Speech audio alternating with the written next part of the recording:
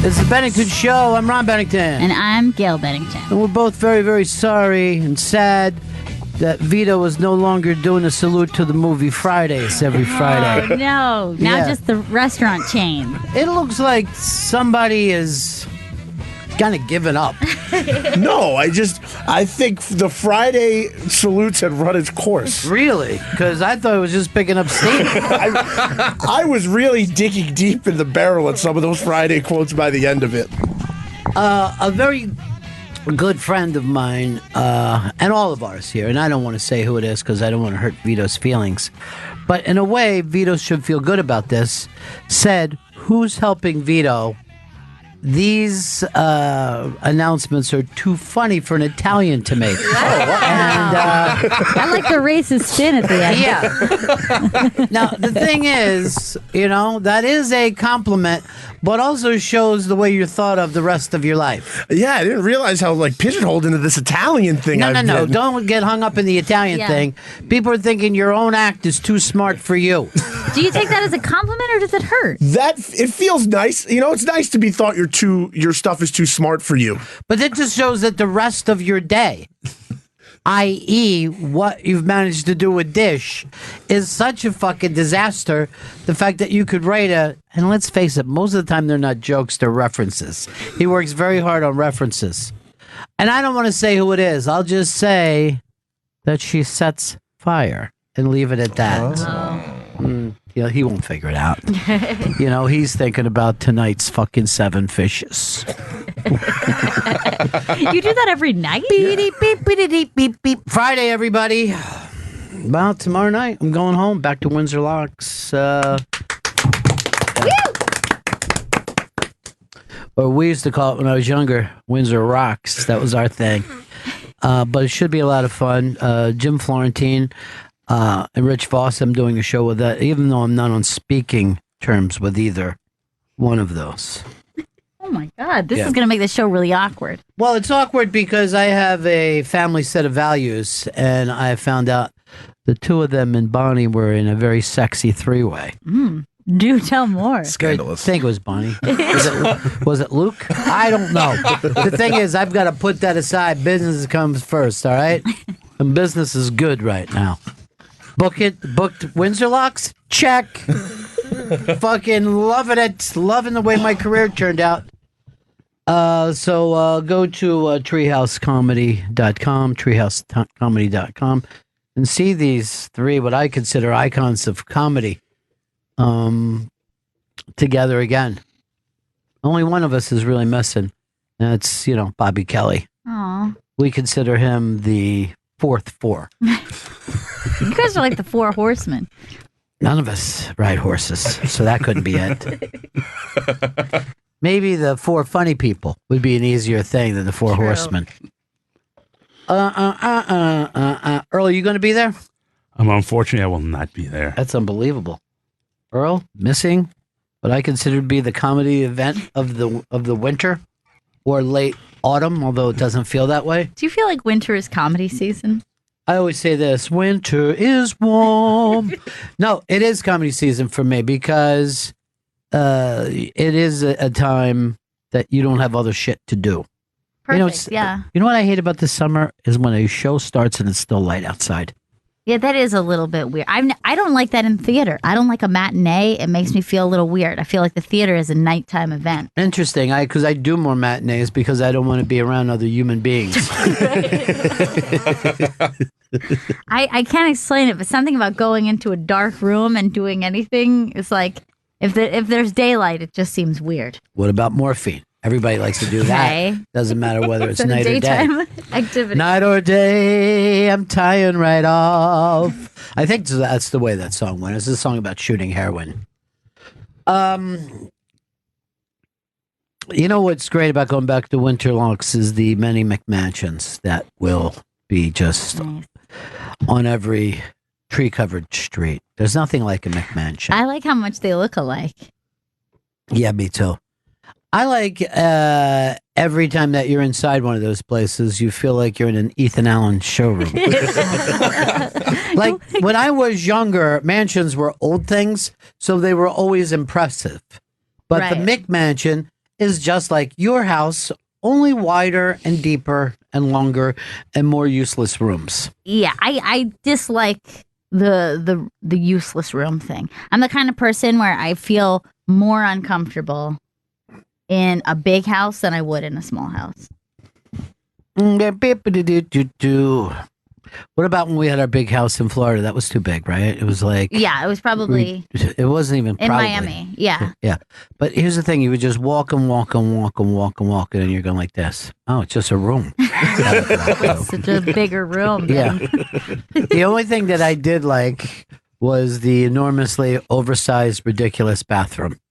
Yeah, I that spent I do. far too much time from giant tub to beautiful shower. I will say that since I had a baby, a new mother, Yes. as a new mother. I had no idea about it. Yeah, When I did don't this know. happen? Well, I thought that I had mentioned it a couple of times. You kept it a little bit on the quiet side. But I always liked, I've always liked pre-war buildings, old homes, Right. like stuff with character. And I live in a pre-war building, and now that I have a baby and I'm thinking about moving, I'm thinking like I just want a clean bathroom. I You want want a post-war new, building. Yeah, I want like new amenities. I want to not like walk into a bathroom and think it was like hasn't been updated since the 70s. Do you think suburbia? No, not suburbia, just like maybe a newer It's a building. great place to raise a child in the suburbs. Is it? Yeah, you have a yard. That's it. Yeah. That's it. I can't say anything else. School shootings. I find myself liking, like, you ever see these TV shows about tiny, tiny houses? Yeah. It'll be a house, but like literally two people are just in a room that switches all the time. I have like serious daydreams about living in a tiny house, because what you do is you get a tiny house on a beautiful piece of property and you're spending most of your time outside. Right. You're enjoying the land that you've purchased or the land that you put your tiny house on.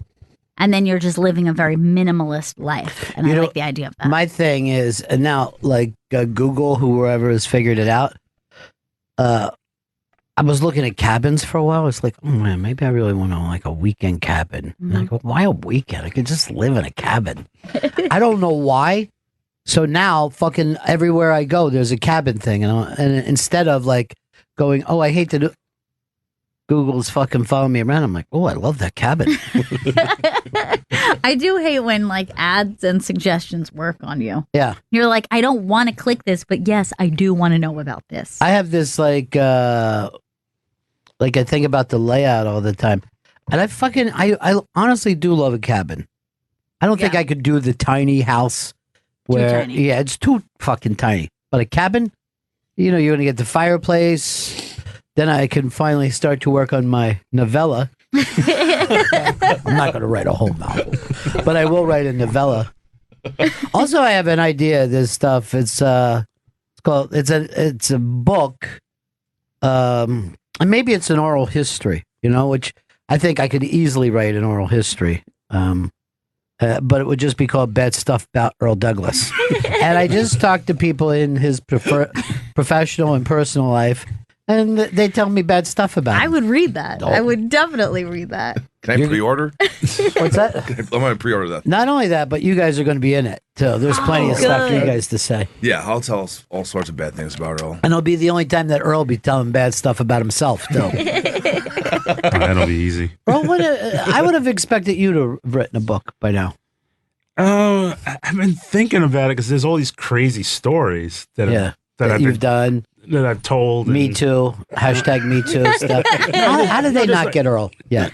I know that is weird. I mean, you've been in the biz a long time. You'd think that he would have slipped up at some point. Well, years ago, but I don't think he does it anymore. He was known as a mentally Me Too person. Really? Where he would call people way too much. Like stalkery, you mean? As Yes, opposed to all physically? producers have a bit of stalkerish. Yeah. I had a guy in Florida that anyone who won a prize from us was going to have this guy stuck to him like glue. Oh no. That was worse. I hope that prize was worth it. No, never was. It was 2 tickets to see Triumph and not even good seats.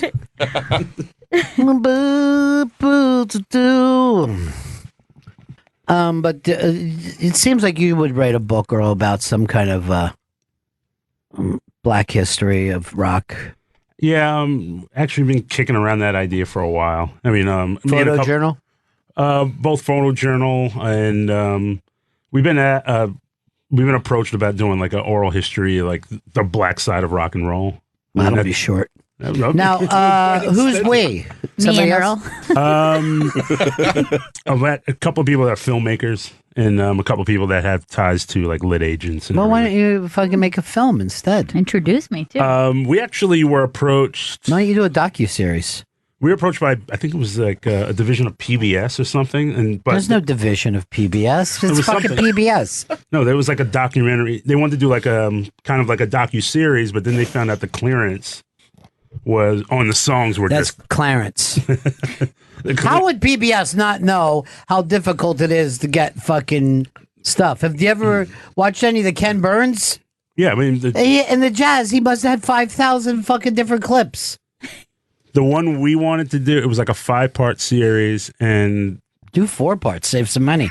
they actually said that they were like, "This is great, we really love it," and said, but the clearance will probably be between like $30 and $40 million, and we were like, "Are you kidding me?" Well, Hurricane Balu told me that when he did his Simpsons documentary, he could use everything for fair use because Yeah, it's a he documentary and it's You know why? educational.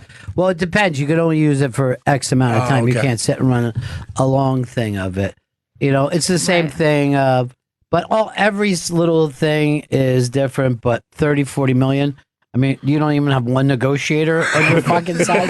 Because let's face it, if I have a fucking clip, right, of fucking Muddy Waters, where else am I going to sell it? Yeah. What are you offering for it? This is your one joint. Yeah. It's gonna work out. It's on fucking YouTube. Why isn't that fucking $30, $40 million? I didn't believe it, but I was just like, Right? You yell, you fucking liars. Trying to play me. because I know that like I think it was like Guns N' Roses, they make a ton of money off of bringing licensing songs out and all of that stuff. Yeah, but you're not going to fucking get Guns N' Roses for your thing. You know what I mean? You're going to get Blind Lemon Pledge. And that motherfucker is going to be willing to, you know what I mean? He's got nowhere else to make money. Little Martin Mull You need to reference. haggle with these people. Little Martin Mull reference for people who like to go really, really deep in their comedy. You know what's funny? We were talking about like small houses or fucking cabins. Uh-huh. This is 3 guys that you know are going to die in New York City. I mean, these are the most New York City That's a good point. fucking dudes, born and raised all the way. Most of them have not been. Earl went into Jersey once and passed out from, he said, just the expansiveness of it all. And Vito's the only one of them that's ever lived in Manhattan. Yeah. Yeah. And like, I was thinking I could live in a small apartment, but I couldn't live in a small house. Why? I feel like we're as city folk. I feel like we're well trained to live in a tiny There's house. something about a small house or like an RV or that kind of thing. Like the setup is just weirds me out. Like a small apartment, I'm fine with because it makes sense. You like being attached to other small tiny Yeah. houses. I need my tiny house up against Look, another tiny house. The only place I see you moving is into that fucking neighborhood from Ready Player One. Fucking shipping crate. Fucking crates packed on top of each other. But you don't care because you put the fucking eyeballs on and you're off to the races. I can't really imagine Vito on one of those treadmills, though. That's true. You know, that's just the people who are showing off getting on the treadmills. You can sit off and just use remote controls. Who are they showing off for, Vito? Just like showing off, like, oh, look They're at me, I can alone. fucking run, and I can run, and I'm in good shape. But who is going most to people see can them? do that. They're living in. You're bragging because you can run, your heart won't explode. These movement fucking hippies. Can't believe we're past Earl's fucking sadness of I tried something and they lied to me, so I stopped. I want you to get back in there. I think It doesn't make any sense. Oh, I would love to write like an oral history of black rock or an oral history of. Why don't you just do rock? What is your fucking obsession with black rock? why are you segregating us? Yeah, you got fucking Chuck Berry and that's it. Stop it. What is going on? Is this good? No wonder PBS won't deal with you. Your voice can't fucking hold I up. can't deal with that voice. You okay? Just need some water. I'm all right. You want a sip of mine, or are you a I'm creepy good. person? Okay. No, baby, you got Chuck Berry, you got Little Richard, you got Fats Domino, you got. What are you telling us that we don't already know? There's not a single person. That was stuck in his throat. You could take a child, and they would be able to do those three guys. I'm just saying. I know you're just saying, but why? This is why they won't give you the 40 mil. All right, I'll be. He was like Tommy Boy. They're like, no, and he's like, okay. He's just like locked out. Earl, you got to look at it the same way you look at chicken wings. You know what I mean? You got to try to convince them. A ketchup popsicle. You got Little Richard. I don't know if you guys have heard of him. He's fucking great. You didn't say this in the meeting, did you? And then that'll be it. Those three guys. So can I have the 40 million? Earl's oral history like this. Let me show you a half hour of Chuck Berry. I'll be right back. Earl, Jerry Lee Lewis or Little Richard? Little Richard. Vito? Little Richard. Jerry Lee Lewis. It's a tough Well, one. this is actually, I can't believe everyone had such a quick answer because I think this is a really hard question. Thank you. I'm Yeah, going to go that's Little Richard. Let me taste which one is best. That was one of the worst fucking sounds I've ever heard. No, I'm the one who says things. I'm going to go Little Richard, but that was a very difficult question. What are you basing it on? I'm basing it on body of work Better as songs. a whole. More And songs. yeah. All right, so 3 Little Richards to 1 Jerry Lee. Yeah. Other than racism, what are you basing it on? I thought that was the reason. Pedophilia. They both, I think, would do very well in that. Yeah. Little Richard never admitted that he was gay, right? He's always going back and forth. Recently, he said it was a gimmick just for shock value. But by the way, nobody was doing it. You could say that in the 70s, Yeah. not in the 50s. Yeah. Nobody was Just sucking playing his with dick that. to be weird. I'm crazy. Just playing the piano and being black was shock value enough. Wearing In the 50s. eyeliner. What is wrong with you now, Chris? That's the vaping, man. I can't stand the Show. phlegm of this fucking show is driving me nuts. So what are you saying seriously on the? I've seen Jerry Lee Lewis twice. That has nothing to do with Your it. proximity? Come on, be a fucking thinking person. I think his body of work is better than Little Richard's. Oh, you do No, not. not body of Nobody- work. If you Body of sat work. there and said like you felt like he was a better player or like I would listen, but I don't You feel could like say that he had the country influence and all that kind of shit, but Jerry Lee never had the amount of songs that Little Richard. So that's, Jerry Lee's got 2 big fucking songs, and they're both they're great. great. They're really good great. songs. And then his B songs are great. His cover songs are great, but you can't say it ever matches up. Now, which one do you think had a bigger impact on the culture? I still think you probably have to fucking say Little Richard. Yeah. You know what I mean? But I think most people would assume it was Jerry Lee, and I don't really know why I would say that. Well, if by most people, Paul McCartney is a 100% the reason why I'm doing this Yeah. is Little Richard. I don't know if anyone's ever said that about Jerry Lee. Now, what I do like about Jerry Lee is that there will be murders and violence and marrying of underage cousins. Sure, You know what I mean? fun Like there's a lot of drama there, but there's also a ridiculous amount of drama with Little Richard where you're like, I'm also a minister and I've never been close to a woman in my life. Never took a bride. Yeah, never took a bride, lied about it and the lying in public is always one of my like people get mad at people that won't come out, but I find it really, really dramatically fun. Like the Freddie Mercury thing was fucking always hysterical to me. But when people go, why didn't he just get comfortable with it? I don't know, because it fucking held Bowie back. It fucking basically destroyed Elton John as the #1 guy. Yeah. He stayed relevant, but he was never that guy who every album went #1 again. And they're also seen through that lens. Like that's like the first way you think of them as like Right. a gay performer as opposed to just And then they also got mad at Bowie when he married women. You know what I mean? Like they're like, "Oh, you motherfucker." You know, like he wasn't ever gay enough for Yeah. people either, you know? Yeah, the records. bisexuals get it rough. Oh, Poor- bisexuals have a difficult time. yeah. I feel for them. And the pansexuals. Exactly. So mean, misunderstood. Why anyone calls themselves bisexual instead of pansexual is ridiculous to me. Yes. I mean, pan, like, I guess pan is the more appropriate way to say it now, but I think that it just doesn't come up a lot.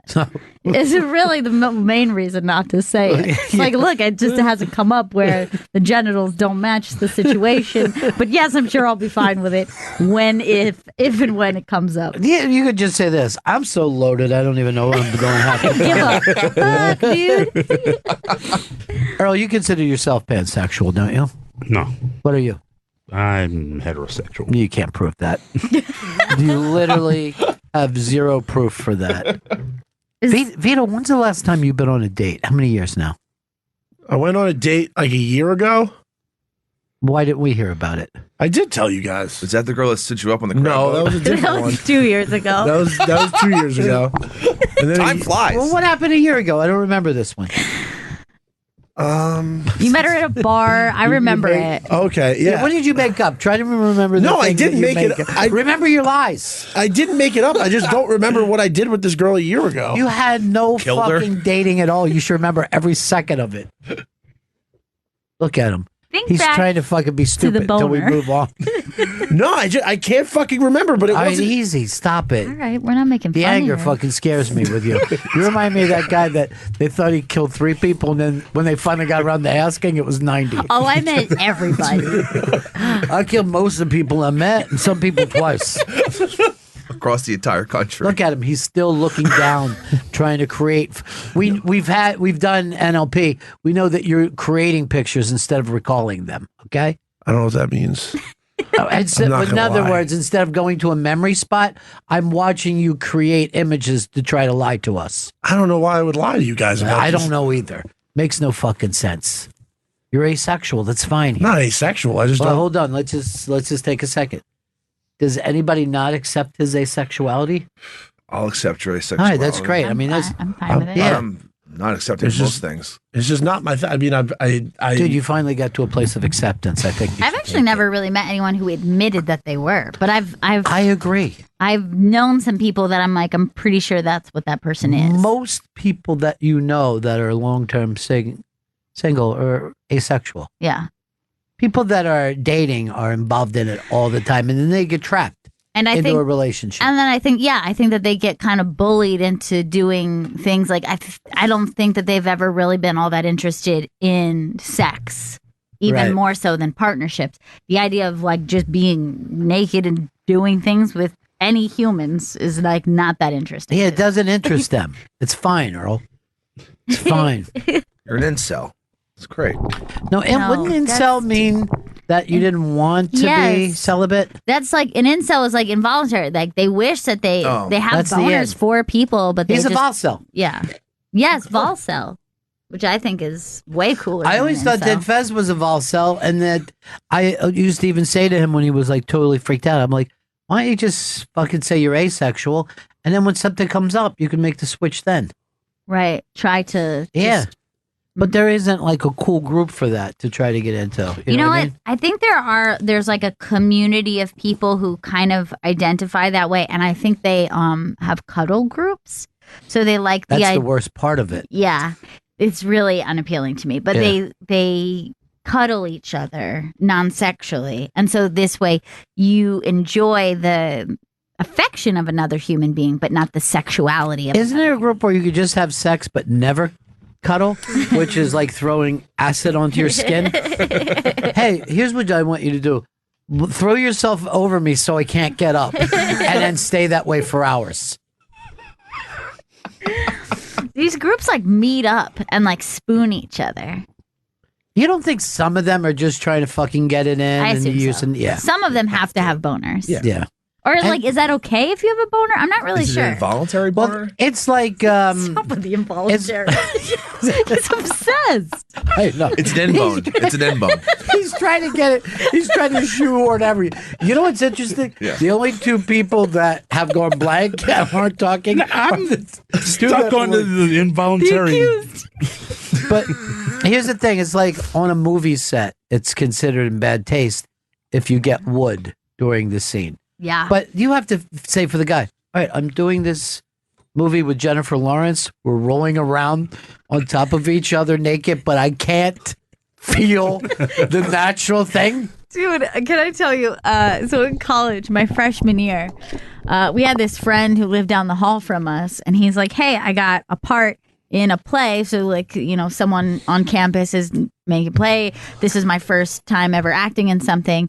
I would love for you guys to come." So the night before, he's like, "Hey, so you guys are coming tomorrow?" "Yes, we're gonna be there." "Hey, I just want to let you know that there's full frontal nudity in it." And we're like, "Oh, cool, that's fine. It's college play. Like, of Right. course, if you can do it, they will."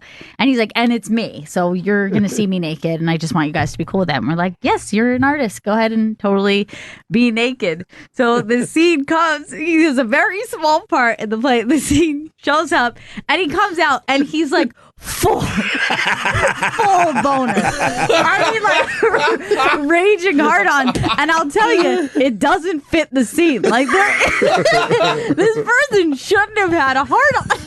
So we're like really freaked out. We're like really freaked out because we're like, I mean, we didn't think we were going to see that. So then we have to see him afterwards and just be like, "Hey, great job. We like the play." And that's pretty much the only scene he's in. So there's not a lot to comment on other than his boner. Can I tell you something?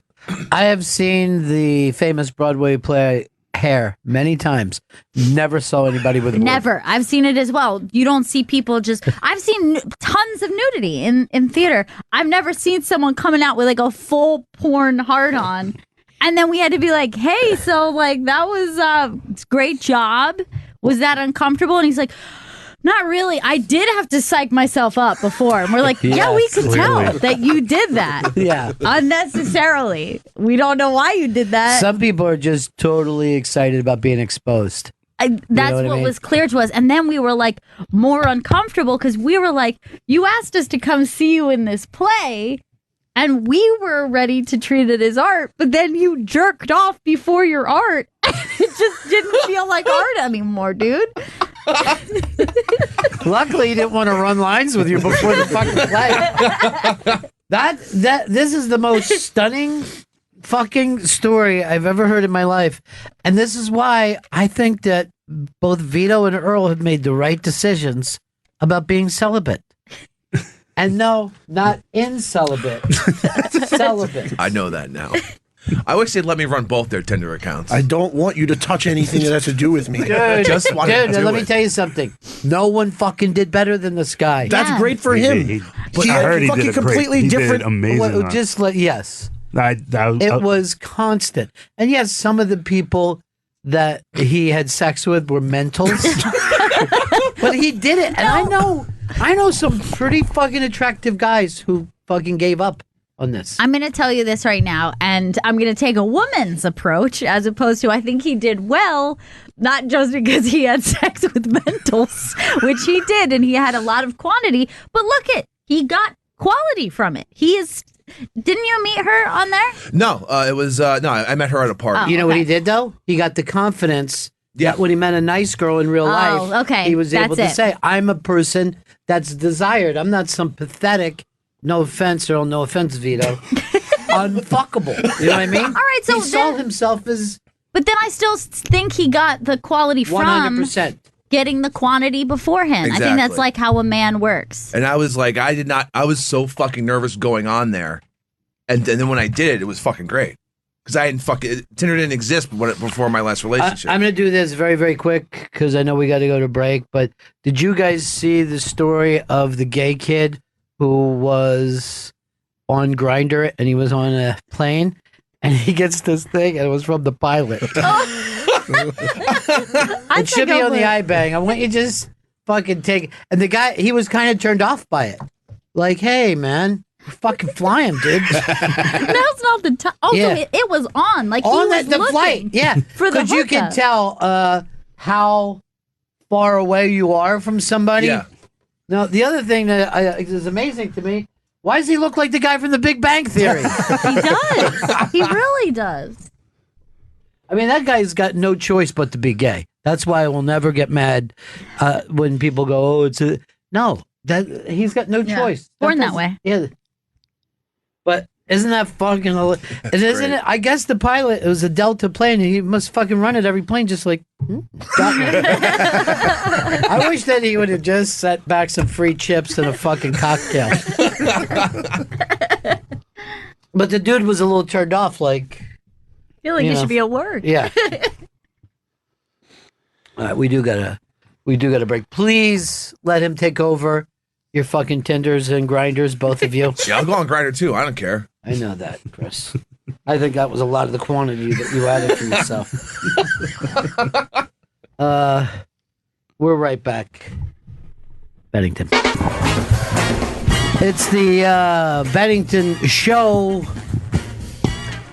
New York City is just buzzing with that Christmas spirit. It's like a movie out here, I heard someone say when I was going down Fifth Avenue. And all the people stopping in front of every store to see the window displays. And I have to say to myself, don't be a fucking dick. Don't be Scrooge. Don't be the Grinch. Let these people enjoy their festive times. This area of New York City makes it really hard not to be that way if you're Yes. around here or if you are around like 34th Street, Macy's, and everyone is just like rosy cheeked with Yeah. 100 bags, and you're like, get out of my way. And you're like, no. But it is the purpose Be of happy, this. yes. Right. It is the purpose of this. And quite frankly, if it was a movie, you don't want to be the bad guy in the movie. Right. You want to be the person to go, well, this is wonderful. Everyone is enjoying themselves. You don't want to be the guy on 4th who's like, why all the fucking fireworks? You know? That's an asshole. Bum, bum, bum. And everybody's talking about the big CharityBuzz.com, your chance to co-host the Bennington Show. Bidding ends Wednesday, December 12th. We always make it fun for the person who wins that. We make them part of the show that day. You know, we're not like Regis when they would bring in a co-host, and quite frankly, ignore them. And Regis would just have his pictures. This was me last night with the Mr. and Mrs. Charles Grodins. It used to be my favorite thing. He would just bring in pictures of him having dinner last night. And then I love that it's someone's job then to like put that on Matt. Yeah. Make That sure should be that's my new glued thing. on. Here I am with Lisa Lampanelli. She's doing fantastic now. I don't know whose picture. Here's Louis J. Gomez screaming at an Uber driver for getting too close to him when he was skateboarding. What was that game that they played where it was like a big wheel would come from the ceiling? I think they still do it, and it changes its name. It's always like Winter Travel Trivia, or Yeah, but it's always to win a big trip. it's always to win a big trip, and they phone someone at home. If they're not home, no one wins.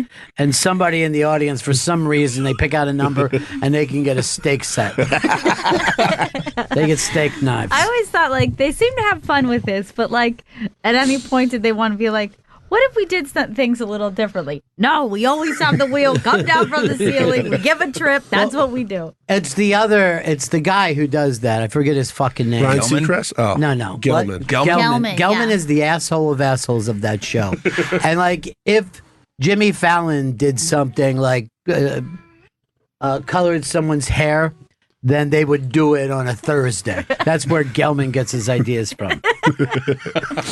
Tony Danza used to do a thing where if you were an expert in something, he would call you and just ask you trivia questions about that thing you claimed to be an expert in. Then you'd win a gift card. And my mom entered Godfather and was by the phone at work every Constantly? day waiting for the fucking phone call from Tony Danza. She should have got it because only 18 people were watching that show. But the fact that you remember the short-lived Tony Danza show, which we all loved. right? Which we all were like, Oh, yeah. great. That's where thoughts and prayers come from.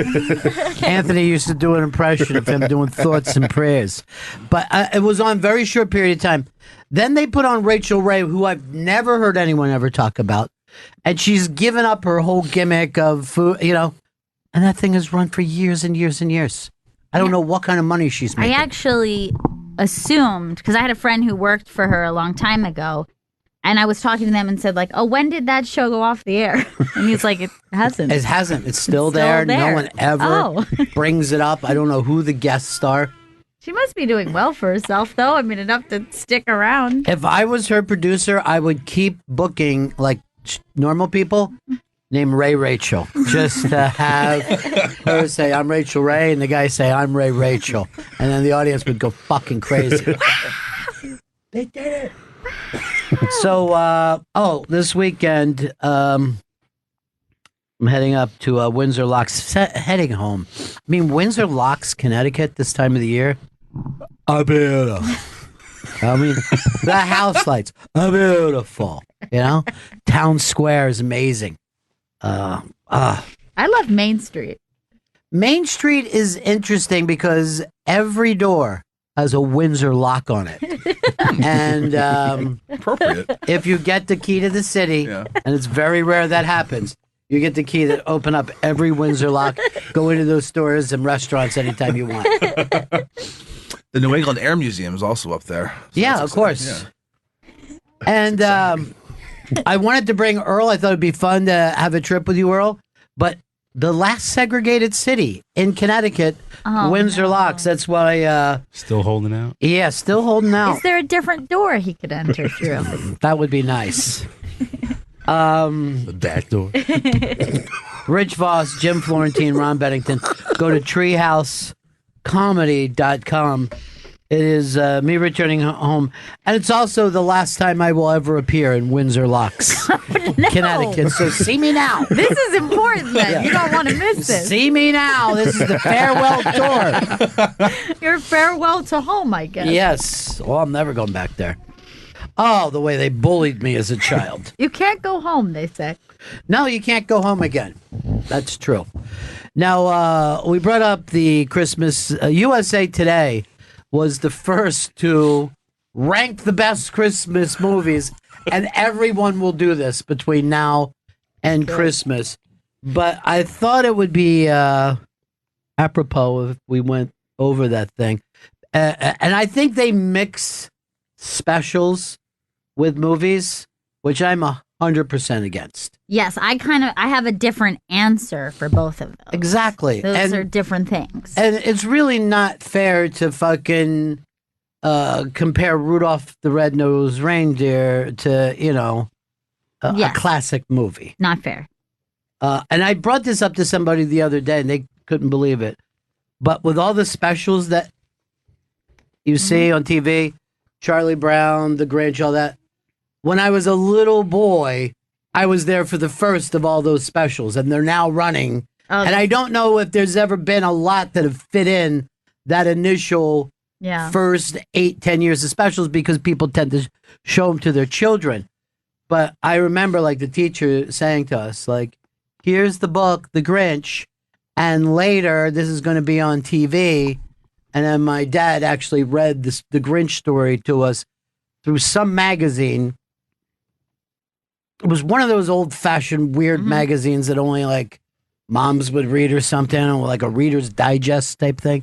But I find that more interesting now than ever that, I was there for the golden age of Christmas and the right age that I'd be like, fuck, I can't believe this. It's like you invented Christmas. I know. It's true. But you're right. We have still been modeling our Christmas after that era. Right. Like whether or not that's your parents' age, your grandparents' age. It's like we don't go for like whatever Christmas meant to our great-great-great-grandparents. Like we have no connection to that. But you're like, a real classic 1950s, 1960s Christmas. That's what we want. Well, the interesting thing is I do remember seeing, and it was Laurel and Hardy and it was like there's like something in Toyland. Babes or in Babes. Toyland. Babes in Toyland. Or March of the Wooden March of the Soldiers. Wooden It's renamed that, but it's the same movie. Yeah. Thank you, Yes. Vito. Oh, good Vito one. gets a point. Oh my God, He's done his TV guy. research. want Yeah, those he's points. TV guy.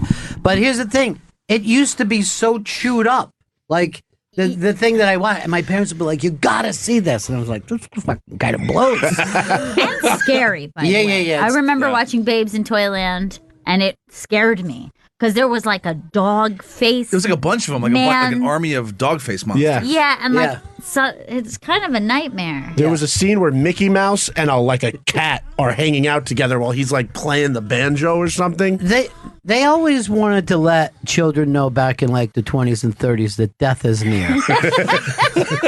Don't forget. And they had no term for stranger danger. It was basically stranger's going to kill you. Right. You can't yell, you can't get help. You obviously can't tell. Right. Strangers and sickness. It's like both Yeah. of them. It's like if you get it, it's over. Oh, you're sick. Well, goodbye. It's very, very weird, but I do think, and this list kind of shows that there's been a change, because Miracle on 34th Street was that no one's ever going to beat that. Right. And now they are going to more of an 80s and 90s movie thing. Interesting. The specials, I think, have stayed the same, but the movies themselves. All right, Earl, movie, not special. You and your family, what is that movie that you would want to watch? For me, it was always "It's a Wonderful Life." It's a Wonderful Life. Yeah, that's the classic. That's the classic. Everyone loves it. But in the back of your mind, you're like, this isn't that good. No, in fact, It's a Wonderful Life is great to put on around Christmas to fall asleep to. That's Right. how I feel. Like Yeah. it like definitely gets me nice and cozy, but I Yeah. can't really remember the last time I made it through It's a Wonderful Life. This might you might like this, and I know Chris would. I have an idea for a reboot. She's so excited. She's really into this She's conversation. so This is her excited first for Christmas. This is her first Christmas, just like Jesus' first Christmas. So I want to reboot It's a Wonderful Life, but the James Stewart character loses the town's bitcoins. Oh, And, God, no. It's something that the kids might enjoy and get a kick out of. Loses the town's bitcoins. I can't imagine that happening. Yeah. And he was like, I'm so stupid. How did I do it?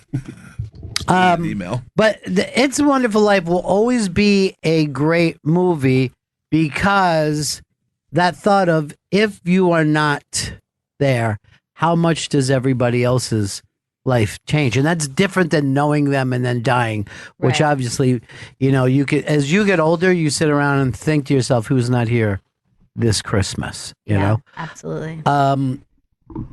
So that thing of does it, but I always have the thing of, man, if I didn't go to Florida, Juliet would never have been born. It's Yes. something that Juliet will never, and then how many of those do I have? You know what I mean? That I did, or that my great-great-grandparents, Of and it'll course. just fucking weird you out. The farthest one back I think of is like a very specific one that my grandfather once told me about the difference between a job that he could have taken right after the The war. one in L.A.? Yeah. And he is like, should I have made that change? And he's like, but sometimes I would think like, man, I wonder what would have been different, but it would have been everything. It would have been everyone Yes. I've ever, like all of my children, all of my grandchildren, Yeah. everything. It would have changed the course of history for many people. So I'll tell this story real quick. When he was in the Navy in the Philippines, he had met a Mexican American kid, right? And the kid had said, "Oh, we're going to Hawaii on the way home, and then we'll be back in LA. My family lives there. Let's. I want you to come have dinner at my family's house." And he goes there, and this guy, the guy had a business, but his house was like. Now imagine this is 1945, 1946 LA. You know what I mean? Right. Like before it was packed with people, before, it was just this.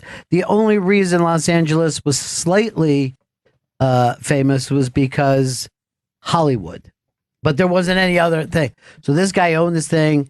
He said it was beautiful, it was stunning, but his mom didn't have a husband, and the guy's father like really took a shine to him and said, "Man, we could really, you could start here making big money, and there's growth." And because he owned some kind of a factory or something. My father was always into factory work. He had some sort of specific thing that he had an issue with, and it was something that he had been trained in. Right. So he was like a solution to a very specific problem of this guy's business. And he would have been able to be on the ground floor of this, and then he went home, and he always says, standing on the train station, looking at Chester, Pennsylvania, going, "What the hell did I come back here for?" You know what I mean? And the reason is probably Juliet could be born. Who knows? Yeah. So Earl. Good pick by you. Where does that rank on the USA Today? Number 2. Number 2. Ooh, good job, Earl. But here's the thing. That has been number 1 since the day it came out. Yeah. Also, one of those movies, and a lot of Christmas movies are like this, not a hit when it happened. Yeah. Yeah. All right, it got famous on like television, like because it was cheap to air. Television guy knows everything. Chris, you know nothing. I don't. Yeah. Oh, shit. Also, they replay it at IFC Center every like holiday season, and I usually go once a year. It's really nice to see on the big screen. Oh God, I love those movies on a big screen. I always go to Radio City. That's my thing. Does Movie Pass get you in there?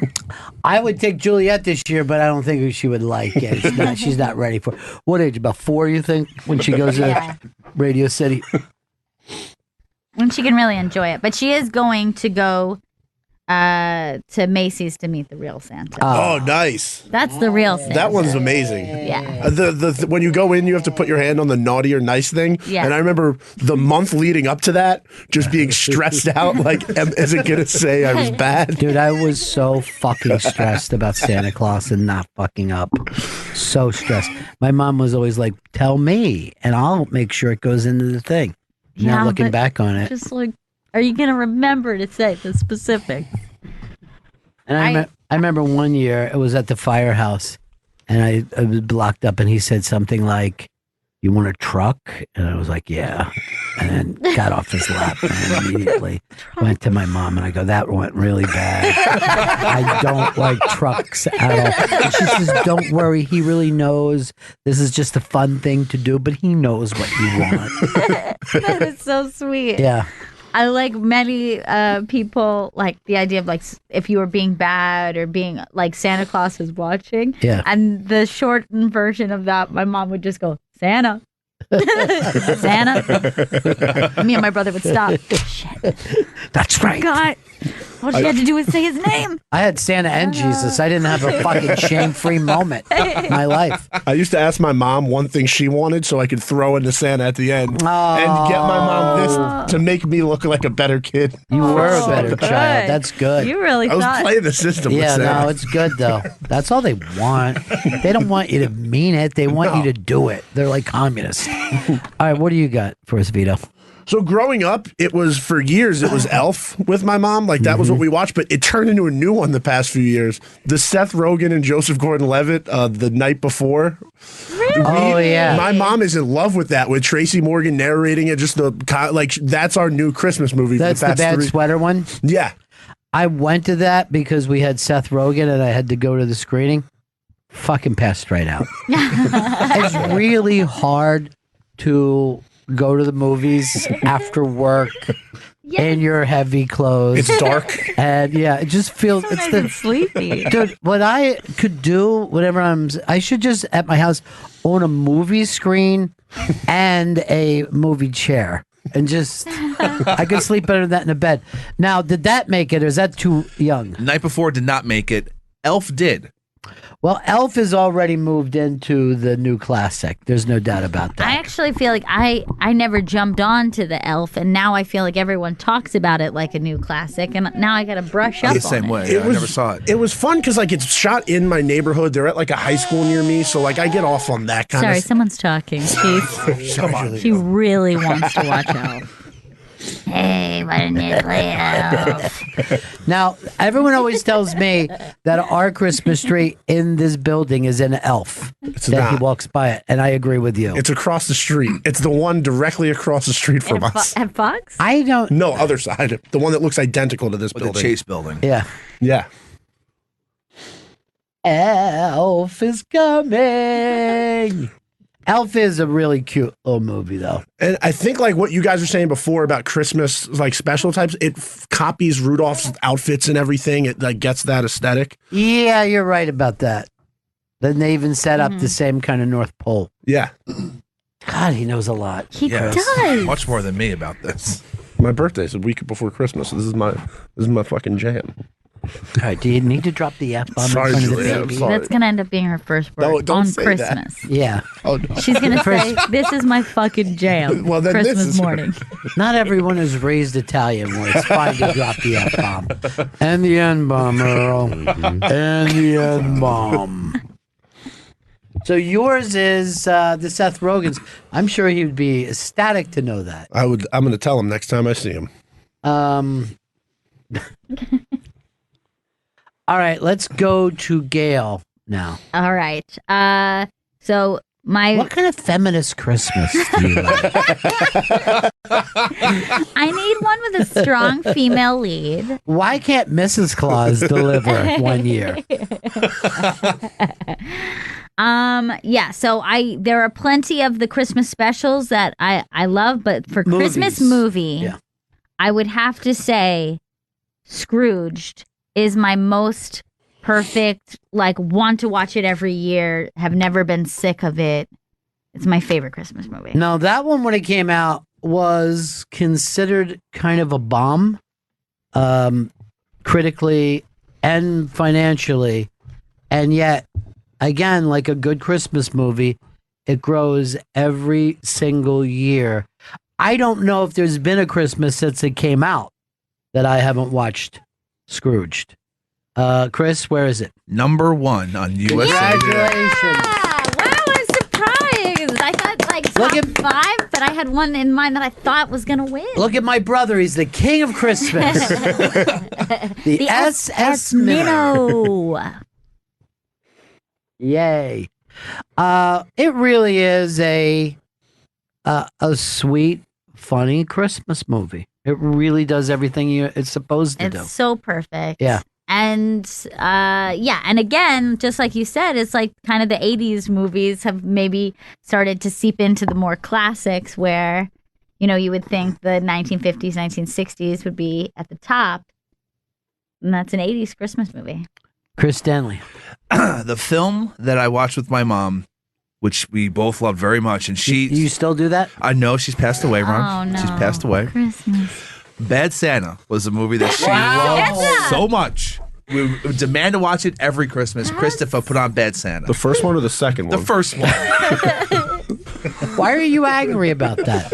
Actually, there's no one you're more like than Bad Santa. You're so bad, Santa. And I love that film. It's It is a fun fucking movie, too. Yeah. It really is. apparently the Coen brothers rewrote the entire script. They were like executive producers on it. I'll let Vito look into that if you don't mind. He could fact check. I'd just be more comfortable. And that is a movie that I didn't watch in the theater, and I probably didn't watch it the first couple years. I just hated the title. I'm like, what are we making fun of? Yeah. And then I'm like, no, it's great. Yeah. It's great. Now, I'm going to pick mine, and it's... Well, I probably would have picked Scrooged. Mm-hmm. Yeah, I definitely would have picked Scrooge, but Gail picked that one, and I want to spread the love around because I didn't watch this when it came out. I thought it was probably going to be too hokey. Maybe even the first time I watched it, I thought it was too hokey, and I think it's unbelievably great now, and probably the most nostalgic for anybody in my generation, and that's that thing that they run on TBS, that Christmas Story. A where, Christmas Story, yeah, and it's just great, man. The thing about that movie that I find so impressive is that it can come on at any point of the movie, and I'm happy to just leave it on Frankenstein. anytime. and could be throughout the whole Christmas season. I'll kind of have watched it 2 or 3 times because it's always just on in the background. I think I didn't see the movie straight through until like 2 years ago because it would always do that marathon on Christmas Day. Yeah. Where you just see like 30 minutes of it here and there. And I will say that movie puts you in the mood for Christmas. Yeah, absolutely. And like I said, it's the perfect kind of nostalgic Christmas. It's everything we were talking about, that fear of Santa, the fact that you dress little children so uncomfortably, which is great. It's a real kind of cool lower middle class. You know, you are going to get a Christmas, but the rest of your year isn't all that great. You know what I mean? The bullies in it are just fantastic. The little brother is just like the most perfect thing. Ralphie. Ralphie really is well known for a guy who has the smallest part in the movie. Everybody loves that kid. Yeah. Oh, the mom is pretty good looking too. All right, Chris. This isn't Very Christmas weird. movies you masturbate to. The mom that you masturbate to while sitting next to your own mom, and you've explained that to us. It happened. That you've done that. On a bus, on a Greyhound bus. Can we stay Christmassy? Yes. Chris? Yeah, come on. It's the season. You know what? I'm taking you out of specials. Oh, no. You've dirtied up movies so much that you are out of specials. And you know what? This year, I'm going to have you work Christmas. No, please. I have to go back to Pittsburgh. Do you really? I'm going back to Pittsburgh. Oh, my God. Pittsburgh. I bet we get told one day that he's moving to Pittsburgh. I am Oh not my moving to Pittsburgh. Nice place to visit. When's the bus leave? Tomorrow? So you can get there on time? Would you please rent a car? Thinking about renting a car or Please flying. do. It's better than what I had to go through. Well, what's your problem with flying? Because he doesn't have the whole like walk through TSA thing. I can still get on a plane. I don't have TSA pre-check. No, the government said I'm not allowed. So I just feel like it would be better for him to drive there because he can't walk through the TSA line. That's all I want. It is far enough to fly, though. You know what I mean? Like, you don't fly to Philly or D.C. Those people are idiots. But Pittsburgh, yes. Catch a plane. All right, these specials. The specials. And like I said, these are the ones that you that your parents push on you really hard. Yeah. I think the parents want kids to see the same specials more than even the same. So, Gail, you're the one with a baby here and the only one that will ever have a child because look at these 3 grown children. What special do you really want Juliet to see? This is so tricky because I have 2 favorites, but I'm going to go, I think, with Mr. Magoo's Christmas Carol. Is my most favorite Christmas special. And, it's weird because I watched it maybe just like 2-3 years ago. And I couldn't believe how small it seemed. Yes. Like, when you're a kid and you watch something that feels like some sort of long opus. Right. But it's just like a really short little special and it moves very quickly. But as a kid, it just felt like such a big event to put it on. And now, that never was a big special. no. But it always kind of played somewhere every year. And the reason why you probably like it is because I forced it Yes, upon exactly. you.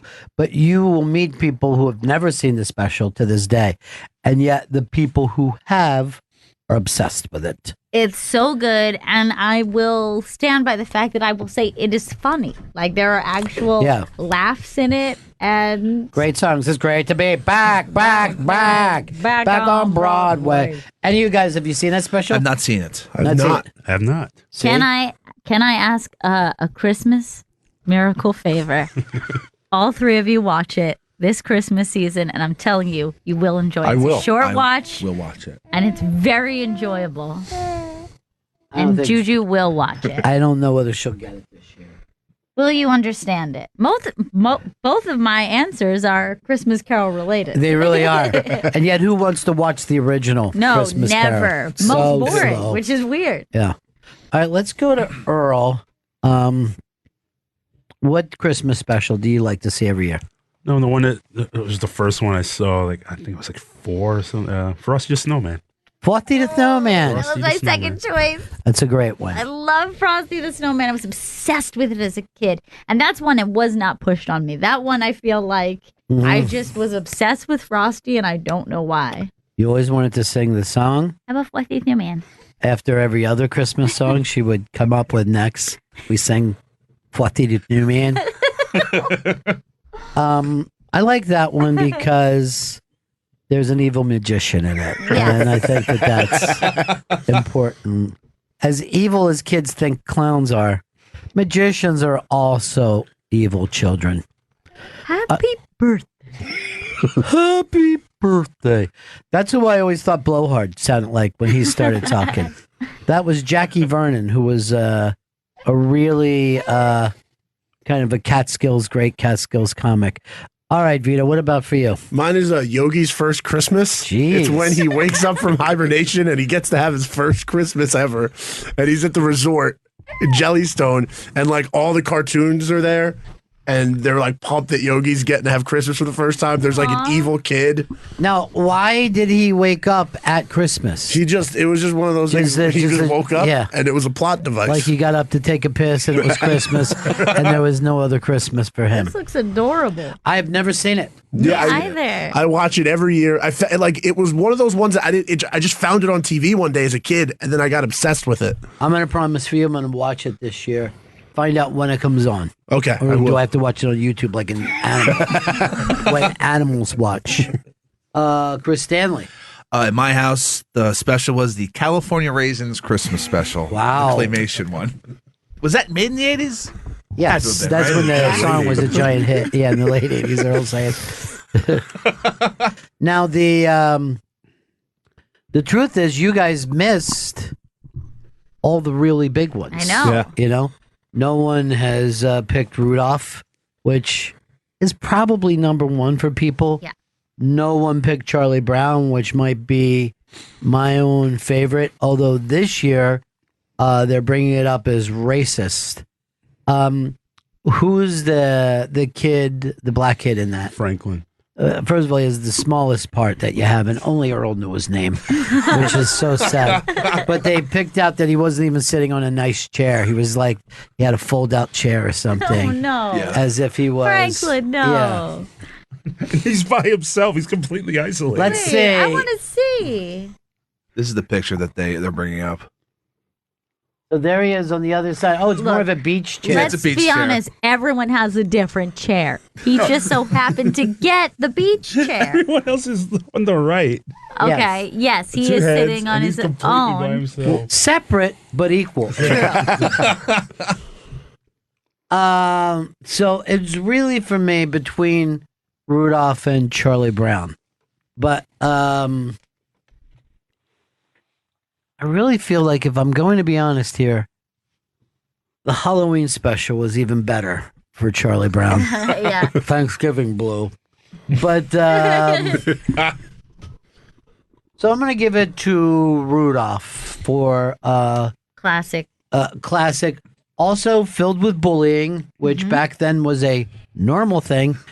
And no one tried to stop anyone from doing the bullying. They basically act like you need to do better, Rudolph. So that the bullies, and that's all that he did. And the fact that Santa Claus was so awful in Yeah. that. He was a Just a monster. terrible fucking person. Yeah. And Rudolph had every right to say, "How dare you? How agree. dare you ask me if I want to have any part to do with this? I don't." I'm going to throw another one out there because no one mentioned it. I'm a huge fan of Santa Claus is Coming to Town. An origin story of Santa Claus, starting from baby Santa Claus. I like the sequel, that The Year Without a Santa Claus. No, thank you. I love the Heat Miser and the Snow Miser song. That's very, very big. I You know got- it is big, but I go with the original gangsta for me. Well, no, what are the and Mickey Rooney played the voice Yeah. both times, and you're not going to find a better voice than that. And I understand the Heat Miser Yeah. stuff, but you know, you're also a Godfather 3 fan. You pick Creed over Rocky. True. And that's just your way. You love an update. I have an idea for that I want to remake Year Without a Santa Claus, but I'm calling it Year Without a Bitcoin. And I'm coming full circle. I'm coming full circle because I want young people involved in this, you know? And why do we need the country to know what any of this is? They're going to get their Bitcoin back. They're going to get their Bitcoin back, honey. Sounds like somebody needs a milk or nap. I never know what makes babies a little unhappy. Oh, that's the sad. She went over here. Over here. You think it's yeah. Now she needs to remember that Christmas is not for children. This is a time for adults. Also, the Flintstones did a pretty goddamn great Christmas special when Fred had to take over for Santa Claus. Until people pointed out, why would prehistoric man be celebrating Christmas? I guess Jesus Rock is born. All right, I think that we've covered this pretty goddamn good. I'm very, very proud of everybody except for Chris bringing up the masturbation stuff. I was just commenting on the actress. Do you realize how in deep you are with this girl that you keep going to Pittsburgh? I know. It's a lot of... serious. Well, see, the problem is I don't have any family. I don't have that excuse. Like, hey, gotta see my family for this holiday. That's the only problem with not having a family for you. Yeah, but when you get ingrained in that girl's family, it's very tough to get out, Chris. And it might be time.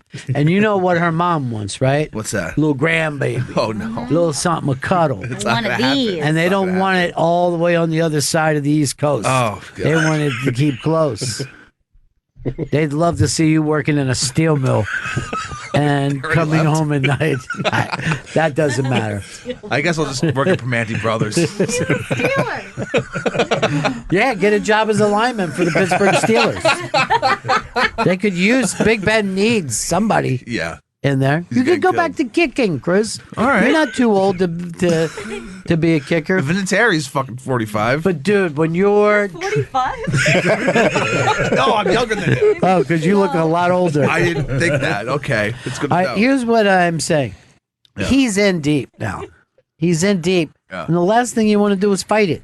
You had a chance to fight it when you're like, no, I'm always go to the parade for Thanksgiving. It's my Or thing. I've got to be at 30 Rock for Christmas. You gave in. I did. And once you give in, you got to give in it all. All right? I need something of I know. myself, though, Ron. Big Bad Billy Sweet William. Can I tell you something? You've had a nice, long fucking run. You know what I mean? Sure. You've run with the pack for a lot of years. Yeah. Time to close up shop. And quite frankly, you're lucky you didn't go to jail. You know what I mean? I really am, yeah. You know For what the I amount of mean? Dumb so things I've done. what Illegal. what did God keep you outside of prison for? Raise a little fucking bunch of yinzers out there in Pittsburgh. A bunch of clippy little yinzers.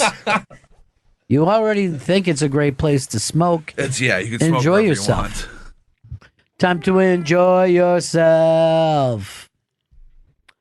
All right. Let's go to break now.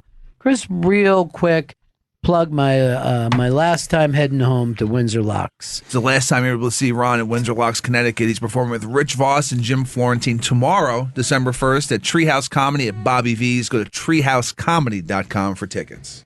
And I am also stopping in Bridgeport for a hot oil pizza. Okay. The midway point. Pizza, Bridgeport. I need to plug that. Colony. Right back, Bennington.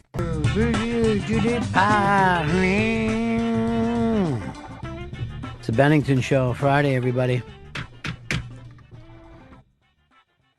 You know, tomorrow night I'm going to be back home, Windsor Locks, Connecticut.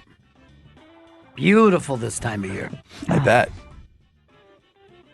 This is the time of year where the Canadian geese come and fly directly down the chimneys of each Oh my God. house. Dear God, they're coming in through the chimney. I guess it's a type of spawning, I think you would say. But it's going to be lovely. Anyway, go to treehousecomedy.com for that. Get away from the Canadian geese just have a couple of stiff drinks. You're a menace. And a few laughs. Well, that Rich Voss will be up to something. Jim Florentine. Oh, that's plenty of funny for me, folks. I hope Luke is there too. I don't know if it's his weekend or his ex-wife's weekend. I always forget about that. Gee, what's going on in your brain today? What's happening in your, what I would call mind? Well, I was thinking about this the other day because actually I was doing a BuzzFeed quiz. Fun. Which I was just like, you know what? Like, it makes me chilled out. All I It's want to like- be is Chandler every time I'm doing a BuzzFeed quiz. I retake it if I'm not Phoebe. I'm like, this is bullshit.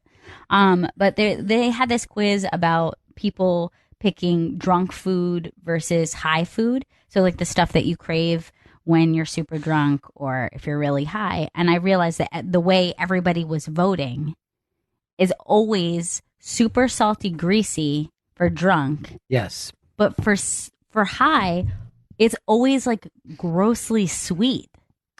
Like, why is that? That is true. I don't know what brings that on, but cereal seems to be big for people who smoke the marijuana Huge. plant. I And had yet, never thought of it before. no Wait. drunk people ever go home and have a bowl of cereal. No. So just give me the questions from the quiz, and let's see if we're all on the same page with this. And I wonder if there is any kind of crossover at all. Because right off the bat, I'm thinking one crossover place may be Jack in the Box. That might be something that is enjoyed by stoners as well as drunk people.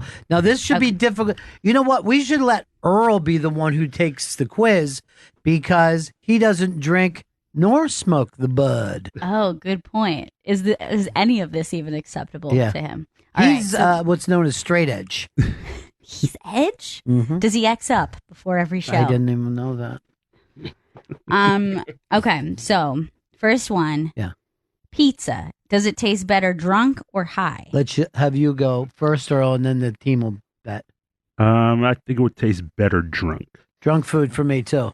Very drunk, very delicious. Vito, you agreeing or Yeah, it's disagreeing? definitely a drunk food. All right, what do we got, Gail? 60% of people call that a drunk food. Nice. But that's close. 60-40. I mean, that's a Mississippi Senate race right there. All right. Ice cream bars. Drunk food, high food. I'm gonna go drunk. Stoner. High as a kite. Hi. There's no way. Yeah. 100%. I will like. It was the 100% to zero? Oh no, that was my own personal. Oh. I forgot I was throwing out percent. 75% of people said that's a 75%. Yeah. high food. So, Earl, once again, you're a minority. Damn it. Damn it. Chinese takeout, or as this says, Chinese takeaway, which makes me think it's a British quiz. Earl goes first. I see you want to, but Earl goes first. I'm gonna go again with drunk. For me, it's high. Vito? For me, it's wasted drunk. Gail? My personal answer is drunk, along with 63% of people. Because I was going to lean a little stoned. I don't want Chinese food when I'm drunk. No, I want pizza when I'm drunk. But if I'm just like in the middle of the day stoned, like, oh, I want to eat as much Chinese food as I possibly So can. what was yeah, this? so the 63% said it's drunk food. Wow. But I'm thinking it's the grease factor. Yeah. Yeah, you need I something don't, to sop up the booze. I don't. That doesn't work for me as much. All right, give me another one. All right. Oreos, Oreo cookies. Big Earl. I'm gonna go high. Stoned. High as a kite. Hi. Hi. High for me too. Along with 81% of people say Nice. only somebody super stoned is going to want to eat a sleeve of Oreos. I'm weirded out by the 19% of fucking drunks who are just ripping open Oreos. I don't know why, but it's like something about that sounds. That and the ice cream bar sounds really gross. I think it's the milkiness, maybe. All right, It's go like- ahead. All right, nachos. High. Drunk. Drunk. I'm going to go high. Gail? I'm going to agree that it's high, even though this is like my first savory switch. But something about nachos seems like it's for stoners. The answer: 71% of people said it's a drunk food. Yeah, I mean, they actually sell it at bars. It's disgusting. Try having it sober. It's fucking impossible to eat. I went to a bar that served them cold, and it was just hideous. Like, if the server's not saying "watch your hands on the plate," they're going to be a terrible fucking order of nachos. All right, and then the last one, Too bad. Short BuzzFeed quiz. Yeah. McDonald. Oh no, never mind. There's a bunch more. Sounds like somebody's stoned. Hi, Mom. I have to like get a little high for this question. McDonald's. If you're going to McDonald's, are you drunk or are you high? I'm going drunk. Hi.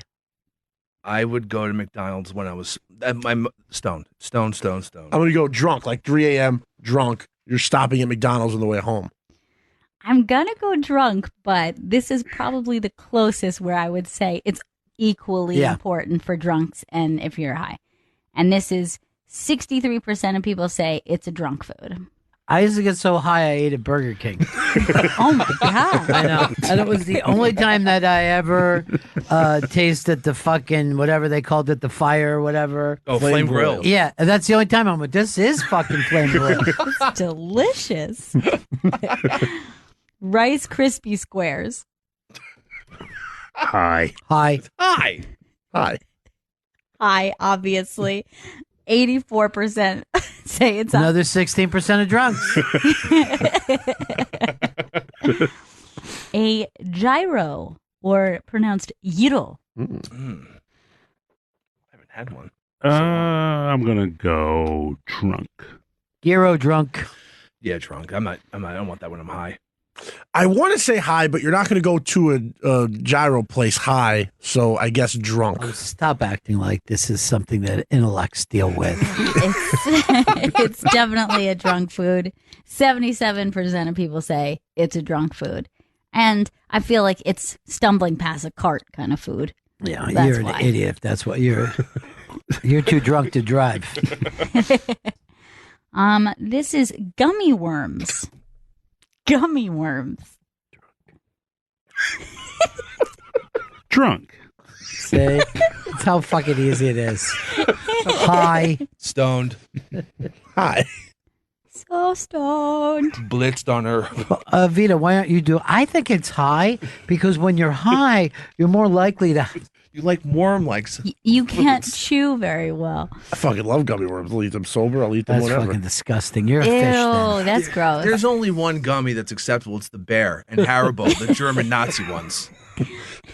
Gummy worms are so much better than gummy bears. It's not even. This is That's a- just the more It's popular fucking. thing. It's childish and it's gay to eat a fucking gummy worm. More than a bear? It's No, a bear's adorable. I'm going to agree that a gummy worm is for children. A gummy bear is something maybe an adult might say, I'll partake. Wait, Yeah, I'll have a Gail, couple did I say gummies." it was sour? It didn't specify sour, but I always assumed. Because that a gummy a worm without sour seems gross, but like a sour You're gummy. gross. The answer is 88% of people said hi. Earl said drunk. Poutine, the Montreal treat. Montreal is delicacy, the poutine. I'm gonna go high. Do you know what one is? No idea. This could go either way, so I'll say drunk. Drunk. It's drunk food. Drunk. Drunk. It's not very good either. 78% of people call it a drunk food. Earl, you're not doing so well at this. You're the only one struggling. All right. Pie. A nice slice of blueberry pie. Do you want Pie. that drunk or do you want it high? The after movie food, if you go by True Romance. I like to have a piece of pie and talk about the movie. after I see my kung fu movies. I'm going to go high. Hi. Drunk. Hi. I'm saying Drunk hi. pie? I ate some pie drunkenly on Thanksgiving, so that was delicious. That was one time. Didn't you also What was that, steal a Pitts- pie when you were drunk once? I stole an ice cream birthday cake. What was that? That's The what it was. Protestant Pittsburgh pie you were enjoying? Same difference. Ice cream cake. Eating that drunk is the saddest thing. 74% of people say it's for when you're high.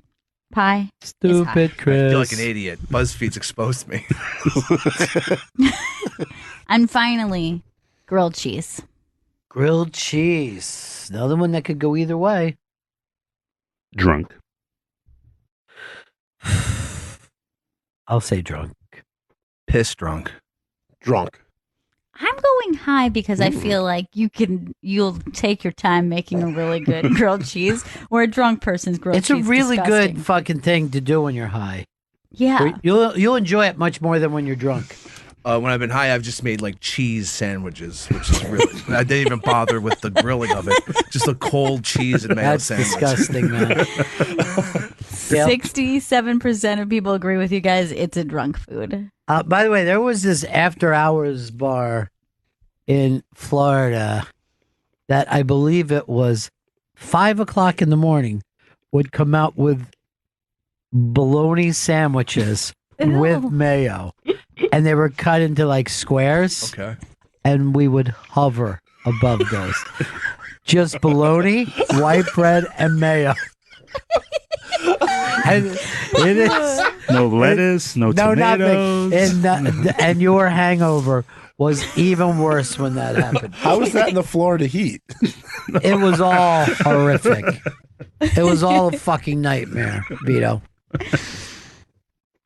Yeah, like if you think of it, it's like that says like bologna is just like you just ate a drunk cold hot dog sandwich. With mayo on it. Prison food. Yeah, it is prison food. Now, they didn't have what I would have considered my number one drunk food when I was a kid, and that was dining and dashing. The amount of times that I ate food and then we would take off. And sometime it was drinking it and dashing. I'm gonna. This is a very embarrassing story, and I think at least 2 of the 4 of us are dead now. So it was Monday Night Football, and we're kids, and we're already underage drinking, right? So we're in this fucking place, and we're hitting the cocktails pretty fucking strong, and we're like, man, we're not gonna have enough fucking money to pay this off. Who's got money? And we figured, we had something like $40 between us for what was probably well over $100 at the time. So our idea was just keep on drinking and then we'll run out of here. So we have since we've decided to run out on a tab, let's fucking do shots. Let's do it up. So now we're fucking totally fucking, I mean, smashed, right? So we get to that fucking point where now we're slurring at each other. We're gonna fucking leave here. Where's the waitress, right? She comes over and she fucking puts a bill on the table. Now my friend Butchie, he fucking looks at the bill. He screams out now in the bar, I'm not fucking paying for this. And he takes his fucking glass and flings it into the big screen TV and starts to run, knocking over fucking chairs and tables. Way to play it cool, dude. Subtle. Turned out great for me because while everybody was following that, I put on my jacket and just slid out into the night. It's a clever ruse. It's a brilliant misdirection. The only bad part is he was my ride home. Dude, he got caught? Of course he got caught. He was a fucking idiot. He fucking also had a TV to pay. I know. Why destroyed the TV? His logic only went to violence when he got, you know what I mean? Yeah. He was going to violence his way out of every fucking problem. when I he got like drunk. that there was like no game plan ahead of time, and he's just like, I guess I'll come up with this No. one. He fucking just was confused. You're right. We did not have a perfect plan. I don't know how we were going to get out of there. He just came up with one. Yeah, I don't know. I don't know whether he did or not, or just something caught. that fucking dawned on him. You know, that he knew in the back of his mind he wasn't paying, but how and why? I've never dined and dashed. I did accidentally steal a hat once, which I was too embarrassed to return it, but I had tried it on and then had been walking around the store and then didn't want anything, walked out, heard the alarm go off, and I was like, that's weird. Nobody ever pays attention to the alarm. And I was like 3 blocks away when I realized it was the hat that I was wearing. You were drunk shopping? That is something no man has ever done, unless it was for fishing stuff, because he had headed upstate. I blacked out once. No. Yeah, I know. Crazy.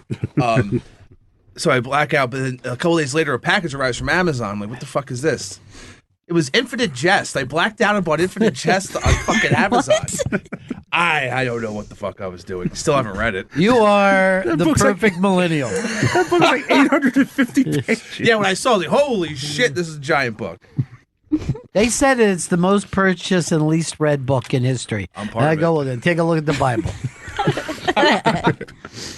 I've never dined and dashed at a sit-down place, but there was a Dunkin' Donuts by the bar I used to work at where you wouldn't pay when you ordered. So I'd go in, order a bunch of food, and then just walk out. And they never caught me once.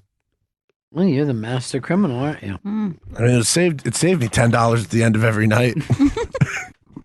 CharityBuzz.com for your chance to do a show with these awful people.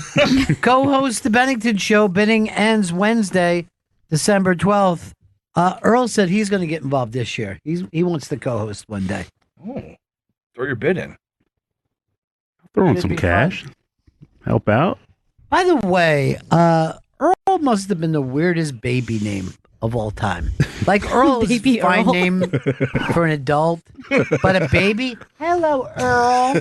What's Earl doing? And it's not short for anything, right? It's just Earl. Why would you even say that? I sometimes Yes, don't it's know. short for Earlville. Earliette. Was His that full name weird is though for a little Erlingham. kid to be Earl? Yeah, because it's mainly because it's such a southern name. And It's here like we a are, southern old man. and it's obviously we're up north and have a Southern man better. Well, I would have thought Earl was old British. well that too, but Earl's like a pretty common southern name too. Earl, get over here, would you? And help me with these buckets of water. A whole backyard is brown as hell, Earl. Get out there. Earl, have you seen my Confederate flag? I wanted to put it up today to celebrate Mississippi and its beautiful racist senator. Vito's Gail a is kind of an also- odd baby name. Yeah. Baby Vito is funny. Baby Vito's funny, like, because it's like a little Italian name, a little Are Italian you kid. Vincent, though? No, Vito. I'm named after the Godfather, and But I he was- was Vincent. they didn't care when they were naming me. And it was either Vito or another Godfather name. It was going to be Santino, and my nickname would have been Sonny. And I always get mad at my mom that she didn't go with that. Either one is great. To be called Santino? Santino or Sonny. And then Yeah. I feel like my life would have been so much better in Can you general. imagine if I know it would be. his name was Sonny? Could you imagine how much thinner you'd be if you were a Santino? I think about that constantly. It's Yeah. just every fucking Vito's fat, and I grew into my name. There's You'd have no been way. the first fat Sonny. Sonny eats a lot. Because Big Vito just sounds like that's what That's it should it. be. There's no It's tiny always Big Vitos. Vito. No. Yeah. But if you were Sonny, thank you for the time you gave me yesterday. Santino Calisi is a beautiful name. Better than Vito Calisi. I agree with you. Santino Calisi, it sounds like you're not even American. Yeah. I know. Fucking it is fantastic. I'd probably be thin, tan. You're probably one of those guys that goes diving but without the tank. Those guys in the Mount Green, like holding onto a weight, they go down a mile. I think that not only would you be married at this point, you'd also have a lover. I'll say this. I think if you're Santino, you're not even hairy. You're a very thin, Oh, yeah. Man, fucking sleek. Italian deep undersea diver. He's like a seal, like a wet seal. Oh my God, this beautiful name. Would you have been anything else, Earl? Was there a backup name for you? I was almost a William because my grandfather on my father's side had just passed away. He passed away a month before I was born. Would you think you would have been a William or a Billy? I'd Or probably been a Willie? William because I have an uncle William, and he's never. I'll been, tell you this. William Douglas? That's Yeah. That's pretty cool. Yeah. But, distinguished. but let The me thing say with- that Bill Douglas is everybody's friend. Bill Douglas. The problem with William too is that like you can say your name is William, but people are going to call you what they're going to call you. They're going to call you Will, Willie, Bill, Billy. That's what they're going to go with. Nobody's going to take the time to say William. Yeah, they always go with the surname. I'm sure your nickname would have been Earl. You seem like an Earl to me. Now, what about you? I also was almost William. My dad wanted to call me William, but my mom was like, no, we're going to call him Christopher. Because his father was William. So and his middle name was William. So now my middle name is William. I can see Earl as a Billy. I don't see you as a Billy, though. I feel like I'd be a Will. Will. Will Stanley. And that's good. Will Stanley. Will Stanley do it. Will Stanley die young? I'm suddenly just looking into this alternative universe that we would have Will, Bill, Will, Bill, and Sonny. It's the Bennington Show with Will, Bill, and Sonny. We sound like the most white bread show in history. Will, go get Billy and Sonny. Now, Gail, are you aware of any of your almost names? Yes, well, I do know that there was that my mom had liked Rose or Rosie, and when she brought it up to my grandmother, your mom, she was like, "No, because I had a cousin that name, and I just you can't do that to me." And she was like, "Oh, why was it so bad? Like she was like an awful person or something?" She goes, "No, once she came to stay and she really outstayed her welcome. And it would really bother That's me." you. Secondhand Rose. That's the funniest thing. It's just like somebody who stayed too long. It's like, never. I hate that name. Well, even with your name, since it's Gail Ann, I thought Annie would be the way to go. And when I look at you now, I'm still like, man, she'd be a perfect Annie. She has I an know. Annie vibe about her. But the problem with Annie is if you're Annie Bennington, too many N's. I know. Well, You I'm throw Ronnie one. Bennington. Try to fucking Yeah. deal with that. Believe me, I know. I wasn't Ron until I started radio. I was always Ronnie. Anybody that I've ever met pre-radio would call me Ronnie.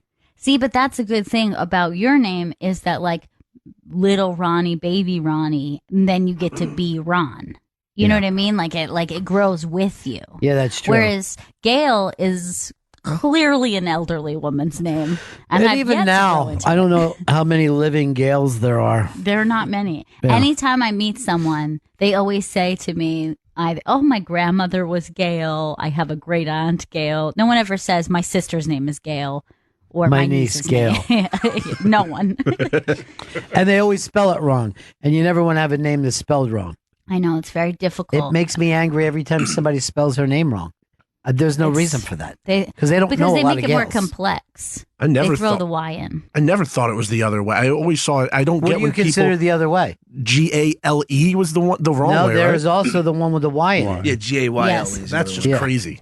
Yeah, And that that's one making gets it- more than the other one. Because GAIL just like that's the first way I think to spell it. Yeah, well, you're correct. You're correct. That's the right way to spell it. And No. now, strangely, I've done it to my own daughter. She's Juliet, and people will spell it with the ETTE, which is like a longer French way to spell it as opposed to the IET. And plus, my Delco fucking thing fucks it up for people.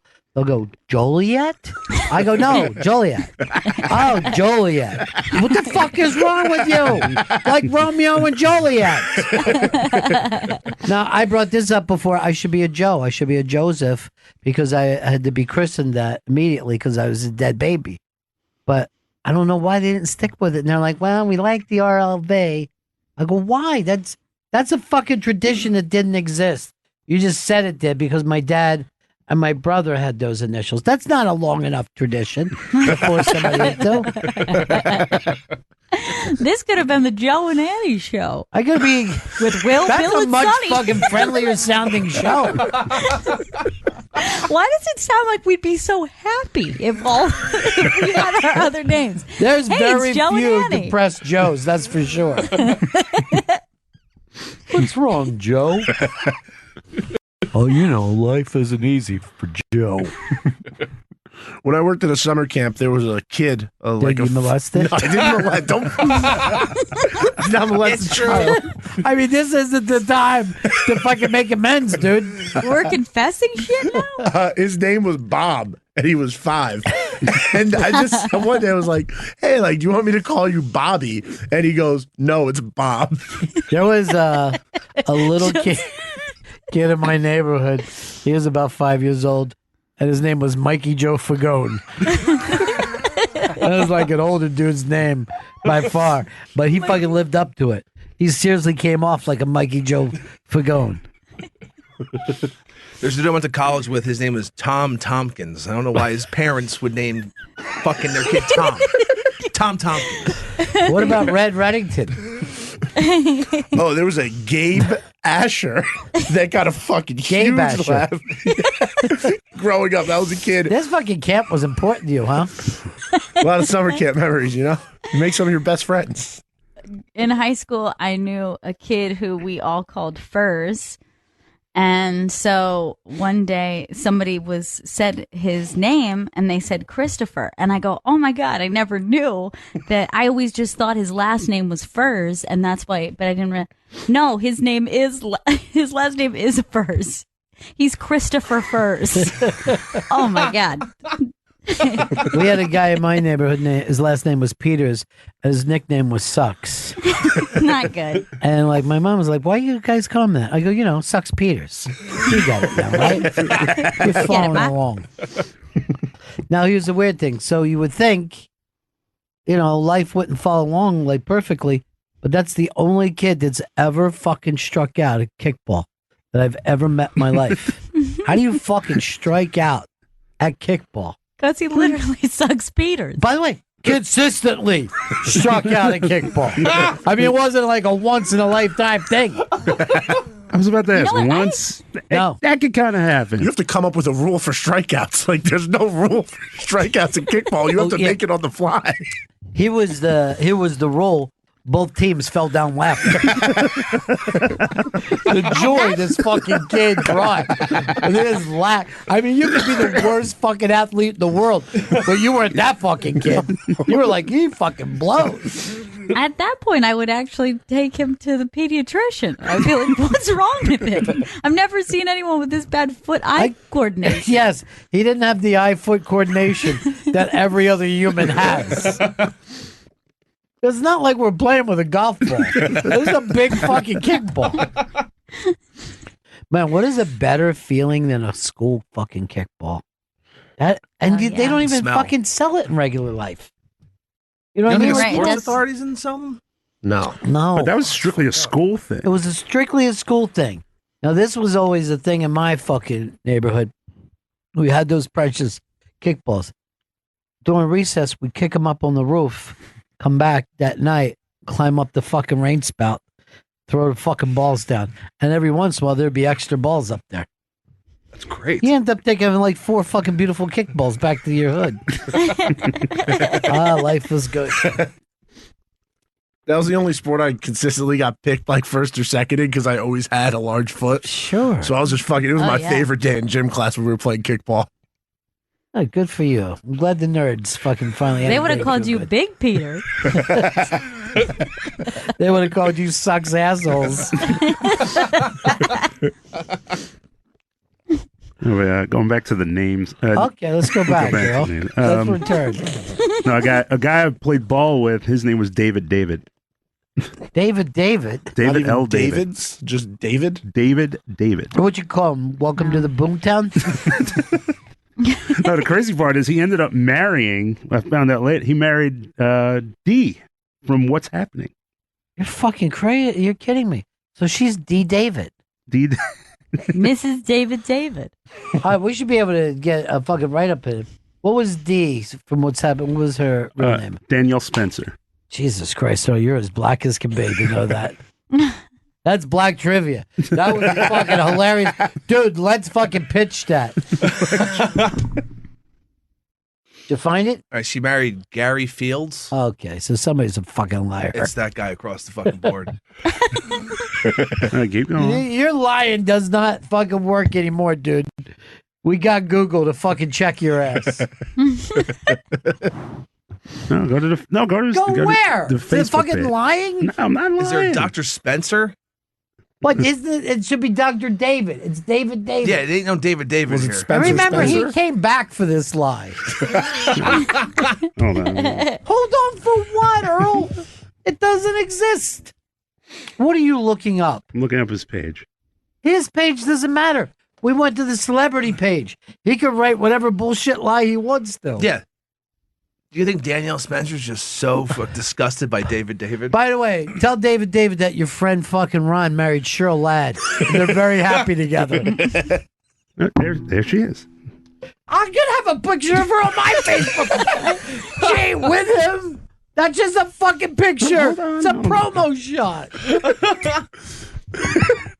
Boy, there's one born every minute. His name was Earl Douglas.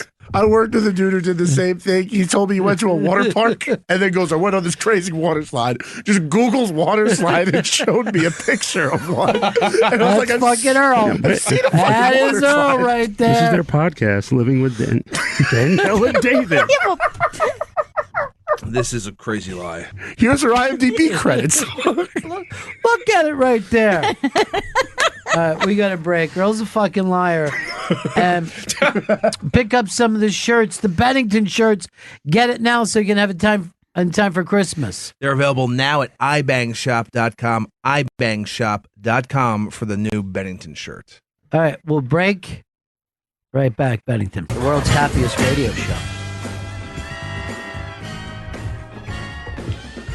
Vito, you said you found something in the movie world that's got you a little crazy. So I was watching for the first time ever. I'd never seen the original Sister Act movie. And at the end of this movie, they did this thing where they showed a bunch of like fake magazine ads with the star and headlines. And I thought, I've seen this in like 10 other movies. Like in Bill and Ted, it's at the end. And in the 90s, it was just a weird plot, like thing every movie did. And it got me starting of these things movies do that like, one, don't happen in real life. And This is the lack of creativity that takes place of people who don't have a fucking creative idea, so they try to just do what everybody else does. The first time I saw this take place was in a Bill Murray movie. Think, Vito, think. Where they all got out.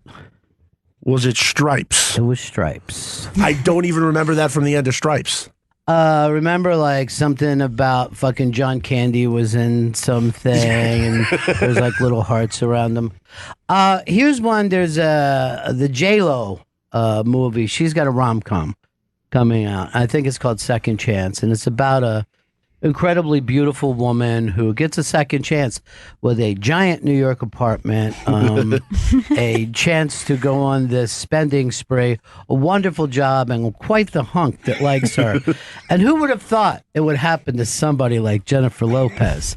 But already in that, it's the ladies in the kitchen doing a dance together, showing that sisterly love. Why is that trope is so bizarre?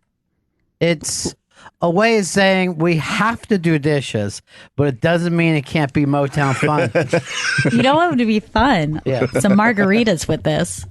I've never seen anybody in a movie like, oh, fuck, I got some serious money problems right now.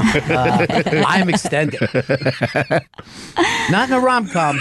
Everybody's doing pretty fucking good for themselves.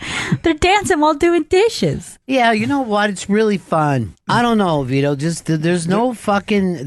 people are afraid to have ideas. There's another one in rom-coms that I always see where, like, once somebody tries to make a deal with somebody else and then they like use a loophole and run away and are like, oh, well, you have to spend the day with my mom. And then the other person doesn't go, well, then the deal's off. They just go, oh, now I have to spend the day with this person's mother. I'm a little confused by this when they don't know this at all. I'm just explaining it poorly. Yeah. So, like, look, I'm going to tell you where I think you're trying to get.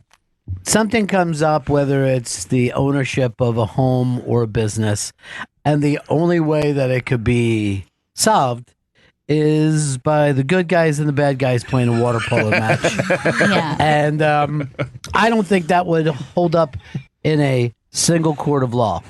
Happy Gilmore's going to win his grandma's house back by beating Shooter McGavin in Yeah. the PGA Finals. So the good thing is, like, at least that was a real sport where people do bet. Some of this shit, I don't understand why anybody would bet on it. Yeah, and it always comes down to one, like if it's a poker movie, it comes down to one final hand. Sure. Like there's no lead up to the, No. it's just one final hand where everybody goes all in. So the rest of the game has meant nothing. What we're saying is movies really suck and suck hard.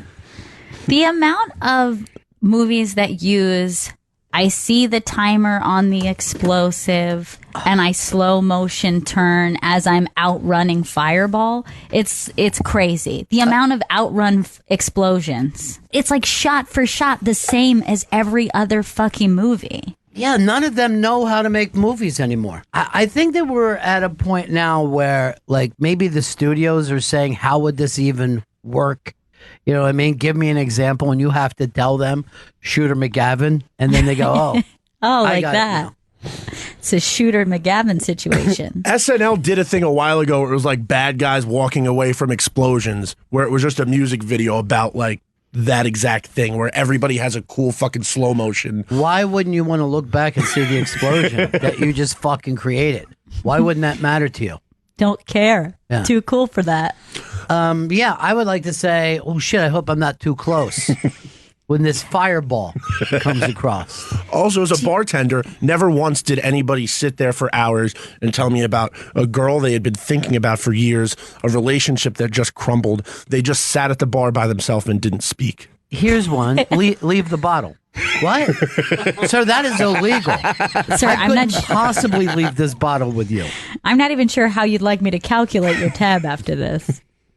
I don't know how many shots are in that. Well, maybe the reason that people never talked with you like that, Vito, is why you're not still a bartender. Yeah, I wasn't really a people person in that industry. I just wanted to get my shift over with and make as much money as possible. You know what really bugs me is hanging up the phone without saying goodbye. No one says goodbye in movies on the phone. Not And I would on love- movies or TV. They just hang up. Like, you'll call, you'll say the fact that you needed to convey to get the plot moving, and then that person just hangs up. Nobody ever just calls back and go, hey, were we disconnected? Or I just didn't even hear you respond to what I just told you. No, and or no one ever even goes like this. What the fuck? Who just fucking hangs up like that? So you're always That was getting rude. You're always getting the other side of the conversation completely from one end as well. You're always getting somebody. Every response is, "Oh, so you went to Italy?" You say. Yeah, It's it doesn't. just It lazy. doesn't really make a fucking huge amount of sense. It's really lazy. Yeah. No, that's always in cop movies too, where they just go like, "Do it," and then and that's it. They're like, okay, they don't say the where or the Right. how. Or Do you actually lose your badge? Like, do they actually say, "Give me your gun and badge"? Has a First sergeant of ever all, said that? There's protocol that you don't even have to ask for the gun and badge. You've been in a shootout, even if it was a good shoot, you're off the street. You're not now going back out there to finish the job. You're off the fucking street for months until this runs through the entire thing that is set up. It's not personal. We have a lot of paperwork to do, and we'll get back to you on this situation. What does the loss of badge do? Can I ask a quick question? Why is there a million fucking waters, some in very odd places? I don't know. There should only be 3. Who's running It's like an this Easter egg fucking hunt. show with the interns? I've told them before, just bring in 2 waters, 3, but I don't know why there's 5 right now. There's And- not 5 people. But who's the interns? Vinay and Chris. Which one of them is fucking technically insane? And why can't you get these guys going? You've always done a great job with the interns. This semester has been the worst I've ever had in the 3 years I've been here. I mean, you realize if the interns were a football team, your job would be on the line right No, now. yeah. There'd be sports radio just fucking, what is wrong with Vito, man? He's lost it. I would be done by week 3. He doesn't want it this year. And other people going, it's who feels like rebooting entire intern team? I say we hold on to them like they do in Cincinnati. Marvin Lewis, how do you fucking get away with that? How do you fucking get away with that? He has to have something on the owner. Who knows? Who knows? And then the guy who they brought in to maybe replace him is worse. I mean, this is Marvin Lewis is the most genius thing forever. You know what I mean? It's like, well, if I'm not going to be president, then Vice President Charlie Manson will have to take over. Is it 15 years now? So you feel like it isn't your fault. You just got handed No. impossible interns this year. I mean, if that's what you feel. It's partially my fault because I think I'm dumb enough to think if you say something a few times, it gets understood. Yeah. So that's on me. No. That's definitely not fucking true because people ignore. They just fucking ignore. Yeah. Honestly, it sounds like we should have your badge for this. I don't want to give up my gun and badge. And by your badge, we mean your pubes. I don't want to touch the badge. I mean, I'll give you my pubes. Well, that's from that I Shot Andy Warhol movie. I forget the girl's name. She was the one that they sang so many songs about in that fucking teen movie, remember? Oh, no, she wrote all the songs about Joe. Oh, yes. I can't think of her name. She's such a fucking yeah. great actress. Lily Taylor? There you go. Yay, Earl, you great moved up to the job. top of the fucking food chain today. You actually get an extra badge. So she actually pulled her pants down and I Shot Andy Warhol and said, this is my badge right here. I'm hoping that was improvised scene. Live a double-decker bus. Otherwise, can you imagine reading the script? I love it. I just have one little problem. It's like Yeah, the part there- with my pubes. Yeah. There's a scene in here. Let me see where it is. Oh, oddly, it's page 69. I didn't expect that. There was a line in Creed 2 that was one of the. I don't understand how it was written down on paper. Creed says to Rocky, "Have you seen this kid before?" Talking about Drago's son, and Rocky goes, "Yeah, I saw him on the sports TV once." What? The sports TV. That's the television that just shows sports. Dude, you expect us to feel bad for you. No, Creed it's- 2 blue. it just Creed was- 1 blue, Rocky 5 blue, Rocky 4 blue. It's like you showing up and telling me that the new Aquaman is a disappointment. I don't know how to deal with this. Earl did turn to us in the office today and go, "So, do you guys think this new Aquaman movie's gonna suck?" Oh, so you guys stuck to each other. Oh, No, I that's just great. said it does. I was like, this is gonna suck, isn't it? Earl, you don't like it because you don't swim. Has fish and swimming, two things I don't like. Wait, You don't like fish?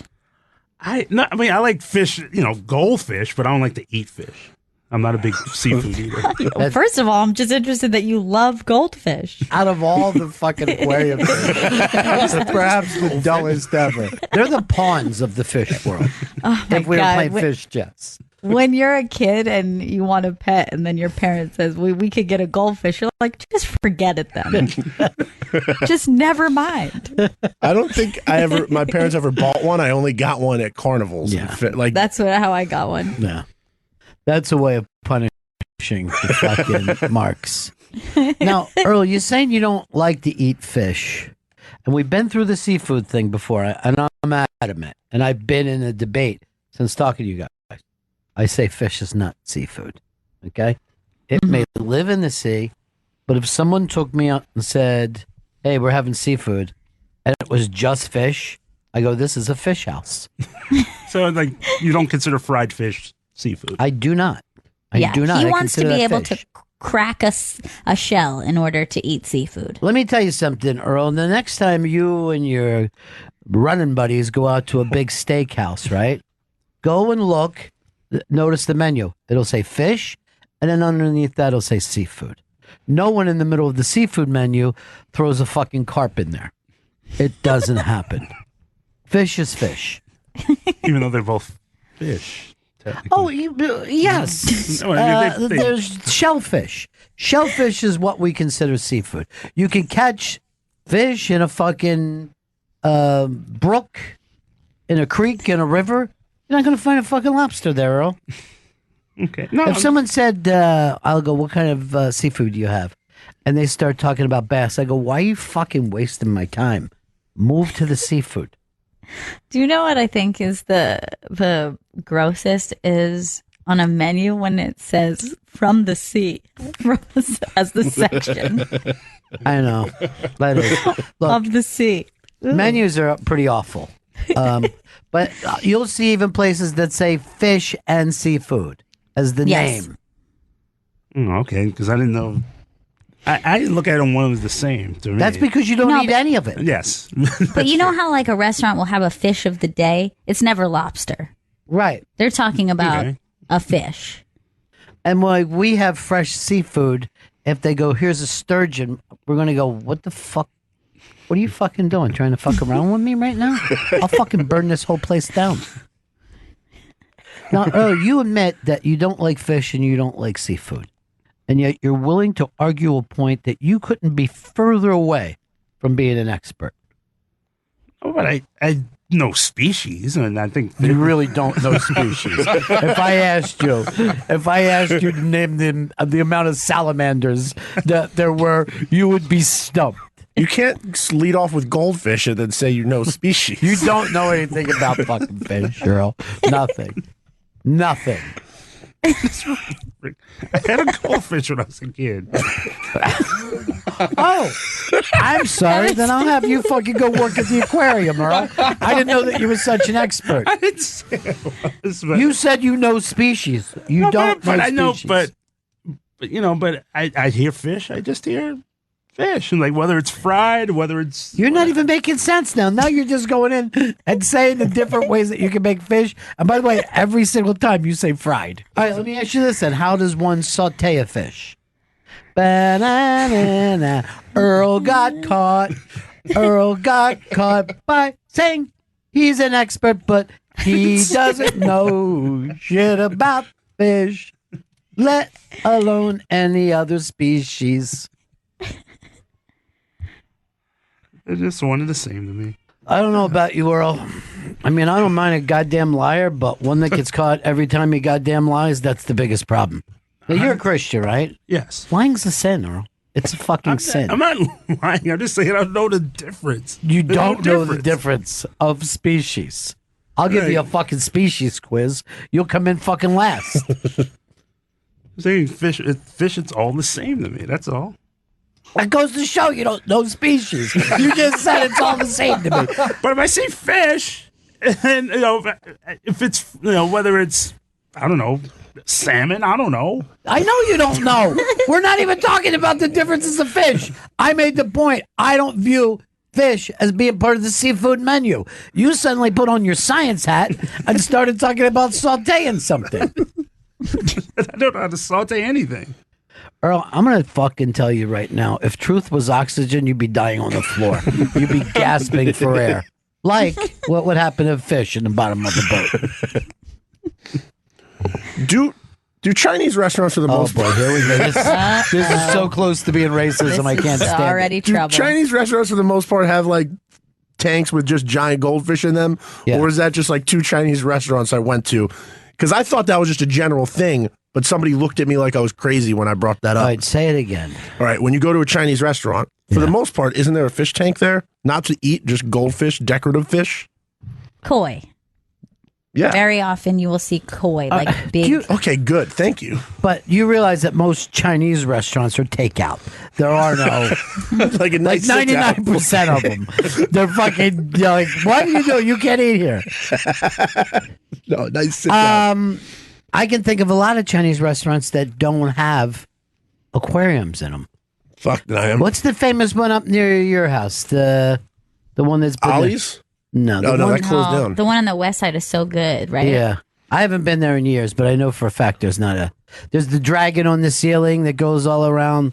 I don't know it. I know there's Lily's. That's over here. That's Japanese, isn't it? Yeah, you fucking racist. That's what I was worried This about. is You bad. getting straight into racism.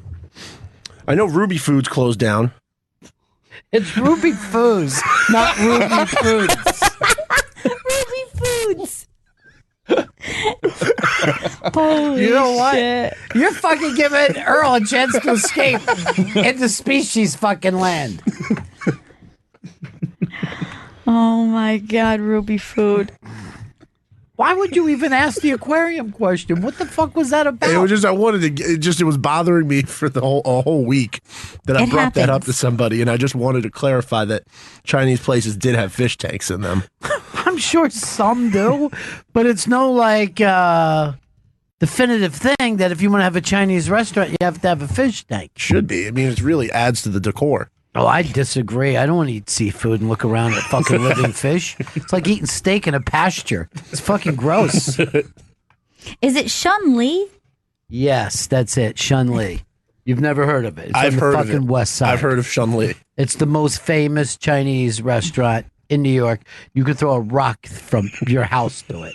It's like just off of Central Park West or Yes. like Columbus or something. And there's no fish tank in there. Oh, That's true. There is a giant fake dragon. And I hope it's fake. I've been to Shun Li West before. Of course you have. Of course. This weekend, I'm going to be with Rich Voss and Jim Florentine at Treehouse Comedy in Windsor Locks, Connecticut. TreehouseComedy.com for tickets. Earl, why don't you come on up and I can introduce you to the audience and you could give a short TED Talk on species. How about when he fucking tried to bull rush me screaming, I didn't say I was right. I didn't Yeah. mean that at all. No, Not that's at all. okay. You're taking a page out of this guy's fucking book from earlier. No, I'm just. No, everybody wants it. inventing- You know, there comes a day that you're like, you know what? I want to kill my dad. That's the day that fucking comes around. I've Everybody never goes had through that it. day. Yet. Mine died too soon, so Vito, no. I didn't get that chance. Vito had the only father that ever died from embarrassment. Yeah, I don't think my father and I, we never had real words. Like, You don't speak words. What do you do? Sign language? Not back and word- forth? no, like- Oh, easy, no, Earl. not easy. angry. Easy. Easy. Yikes. All right? Starting to scare the white people. Easy. we never had like an angry exchange. Yeah. that I Never? can remember. Not that I can remember. Well, let me do it for him. You're 48 and you haven't moved out. Well, that's going to change. Oh! Whoa! Getting a little pad, huh? Yeah. A little something for yourself, huh? Yeah. No, I just want to. You moving in with a young lady? No, not. Nah. Not on the horizon. No. No. Why? Why didn't you ever, what's your friend, the baker's name? Oh, Lily. Yeah, why didn't you ever move in with Lily? Well, she's almost ready to hit the altar. Yeah? Yeah. Let's see a picture of her guy. I don't have one, but Well, you must have her Facebook page, right? I don't think she's on the media page. She's not on any media at all whatsoever. There's no picture of this man that exists. He's the only fucking person whose face isn't on there. Is it you, Earl? Are you her mysterious boyfriend? No, not at all.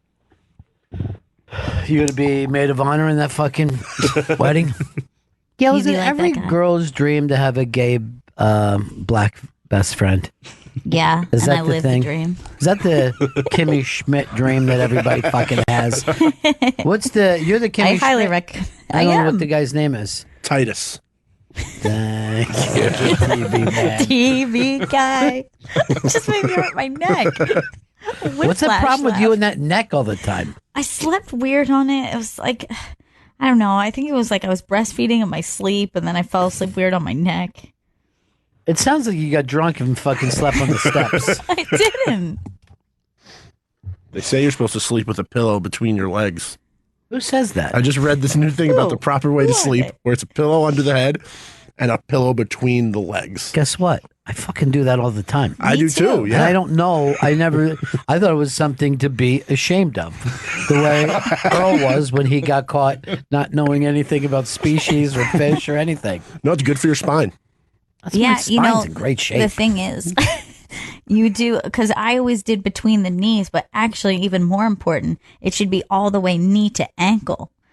Like, you should almost have like an L-shaped pillow so you can like cover knee to crotch and then knee to ankle. Hold on. What would be Someone's going to have to draw this up for me. I can't even. Knee to crotch, and then it goes where? From ass Then cheek to ass cheek? from knee to ankle. So it should be like an L shape. And it should cover the whole leg area because your ankles touching is just as bad as the knees touching. You need space all around. Earl was telling me that he always sleeps with a dildo in his ass. Is that a good thing? Or No. why do you have told him to that? say no? Why would you Do tell you Ron realize how guilty you look by going no? Just everyone knows it's no. How would I know that if it was a fact? There's not one person who went, really?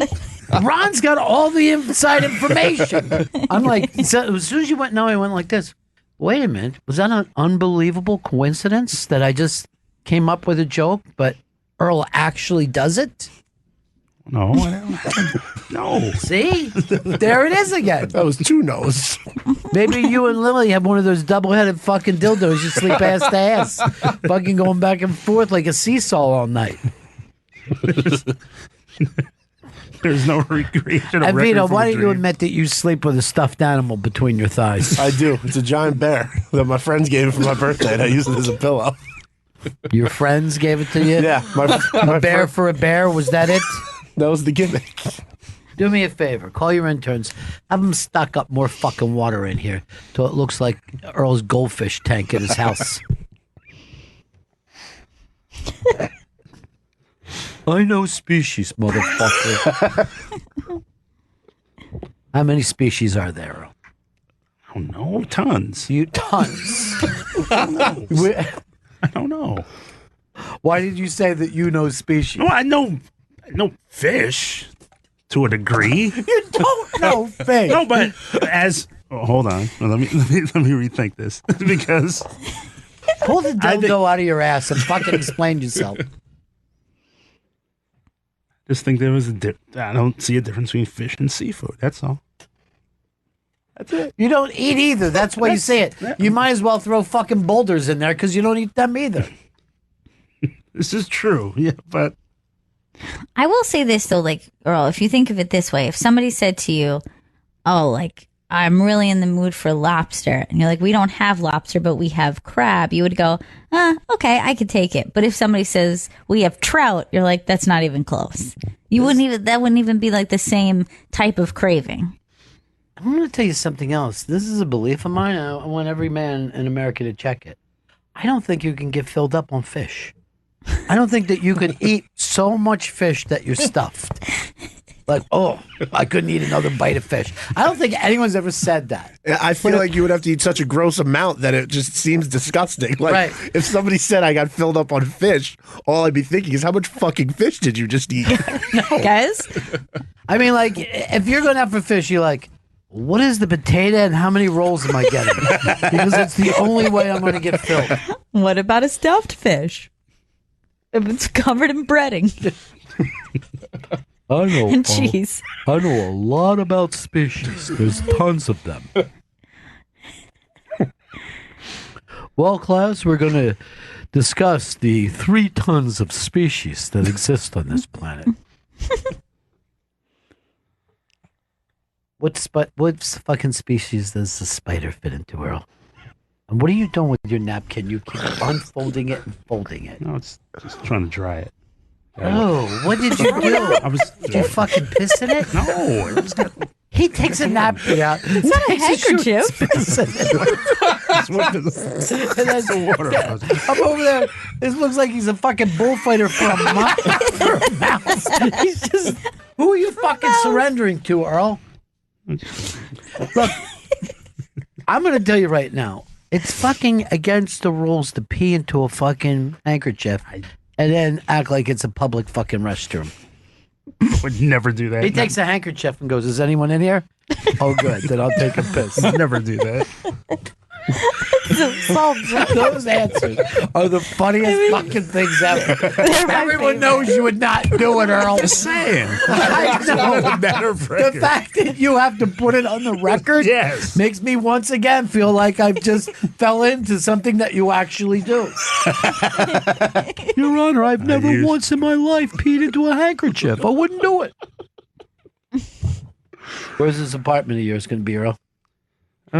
Queens. Looking at probably go back to the hills. Forest Really? Hills. Would like to, but I wanted to go to Long Island City, but that's out of the question. Well, you could always move in with Chris. He's not even there half the time. And you guys could be getting a lot of work done at night, communicating. I like this. He's a half and half guy. Half the time he's over in Brooklyn with his Chiquita, and then the other part, You know, and I was never a Astoria guy. I never considered it part of Queens. And even though it is, What? it clearly is. Yes, it's fucking. that is another crazy statement to make. I know. It's solidly in the borough of Queens. I know It's this. the first place in Queens any of us get to. Where is it if it's not Queens? I didn't say. I said did. Is it Roosevelt Island? I said I never considered What it. Like, would you consider it? like people, Honky Town? like people consider like I know hardcore Brooklynites. They don't consider Williamsburg part of Brooklyn, even though it clearly is. Brooklyn. I'm saying I've never I'm not heard anyone saying say that. You seem to say wherever white people are is not part of the borough. This is reverse racism. All I'm saying is. But why are you saying it?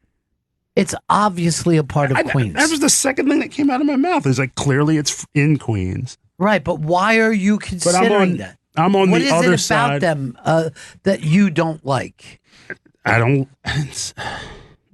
I like it. I like Queens. Of course, Yes, I love we the borough know. of Queens. But why aren't you saying Astoria is It was just never my kind of neighborhood. Queens- That's all. Wow, what does that What's mean? wrong with this? Astoria. But why? I like to be further. I like to be further out. That's Long Island. Really, that's less Queens But than fucking hold on. Astoria. Why are you okay with Koreatown and you feel comfortable there? Oh my god, I'm just saying. so Yes, good. we hear you saying it. Stop repeating that. I'm not. We don't understand why you would take Astoria, which is obviously in Queens, and say you've never considered, or Williamsburg, which Th- th- Spike Lee used to fucking live in, and say it was in fucking Brooklyn. He was actually in Fort Greene. Okay, but thank you. I'm not saying that. There are people who have. There's no one saying What, there are Like, people I know who are echoing the from masses Brooklyn. here. People I know that are from Brooklyn, like Bed-Stuy, East New York. They never considered Williamsburg part of Brooklyn, even though it clearly is in Brooklyn. They considered it Brooklyn. You're just saying because people don't like the people moving in to fucking Williamsburg now. This was long before. when it was all black people. This was long before it became the center of Hipsterville. All right, the hipsterville thing is over. way dude. past. It's just No, rich These white fucking people there. are 40 now. Yeah. Although hipsters can't afford to live in Williamsburg anymore. Or Bushwick. Yeah. Maybe they can all fucking move out to Kew Gardens with fucking Ozone Park, maybe. yeah. Fucking Earl considers those real people. I dropped Earl off one night when we were at a party in Jersey, and I'm heading back to the city, and I said, "Earl, do you want to ride?" I fucking drove so long I was out past fucking 2 airports. I passed 2 airports. I'm like, Earl, the sun's coming up. Where do you fucking live? About a mile from Kennedy. And he wouldn't even say, pull up in front of my house. I had to drop him off down the fucking street. He didn't want to be seen with a white guy fucking dropping him off. And he goes like this, I don't want anybody to think I'm talking to the cops. I go, Earl, I'm not a cop. He's like, I'm just saying. You know, in the species, you're the cop species. You've said some pretty controversial things today, Earl. I'm just hearing from people that have booked the Treehouse comedy show at Windsor Locks. There's cancellations out of some of the Oh my God. reverse racist things that Earl said today. Earl, white people are real. Really? Then why do we smell like wet dogs, according to that girl? Hey, Earl, do we? Be honest. Is that true? Smell me, bro. Dude, I was in a fucking elevator the other day with a guy that made me feel like I was in the worst Pakistani restaurant in history. And he didn't have any food with him. And he wasn't Pakistani. But his skin reeked of Pakistani fare. Earl, which you call seafood because you don't eat it. You ever been in a cab that smelled really bad and you like want to put down Have I? you want to put the window down, but I don't want to make him feel bad. Dude, try taking a fucking car with Fez if it smells even slightly bad. He fucking will start coughing and laying on the floor. And one time, this was in D.C., he opened the window and put his fucking whole body out of it. And I'm like, stop it, dude. The guy has cologne. He has no problem fucking telling people that his goddamn Episcopalian nose can't handle it. You think fucking Earl is reverse racist? I don't think it's Caucasians as people. There's something else. Still playing with that fucking hanky, aren't you?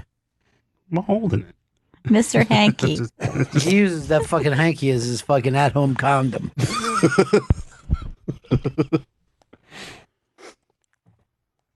Earl, you've been on fucking fire today.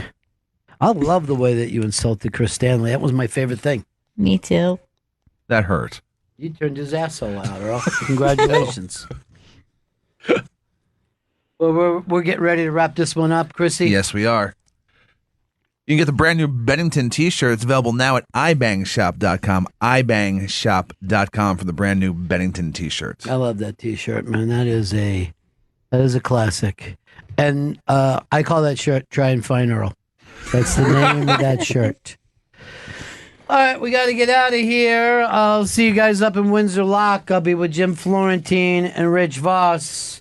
We're calling it the Sisters Doing It For Themselves tour. And we're really, really excited about it. Okay. See you back here on Monday.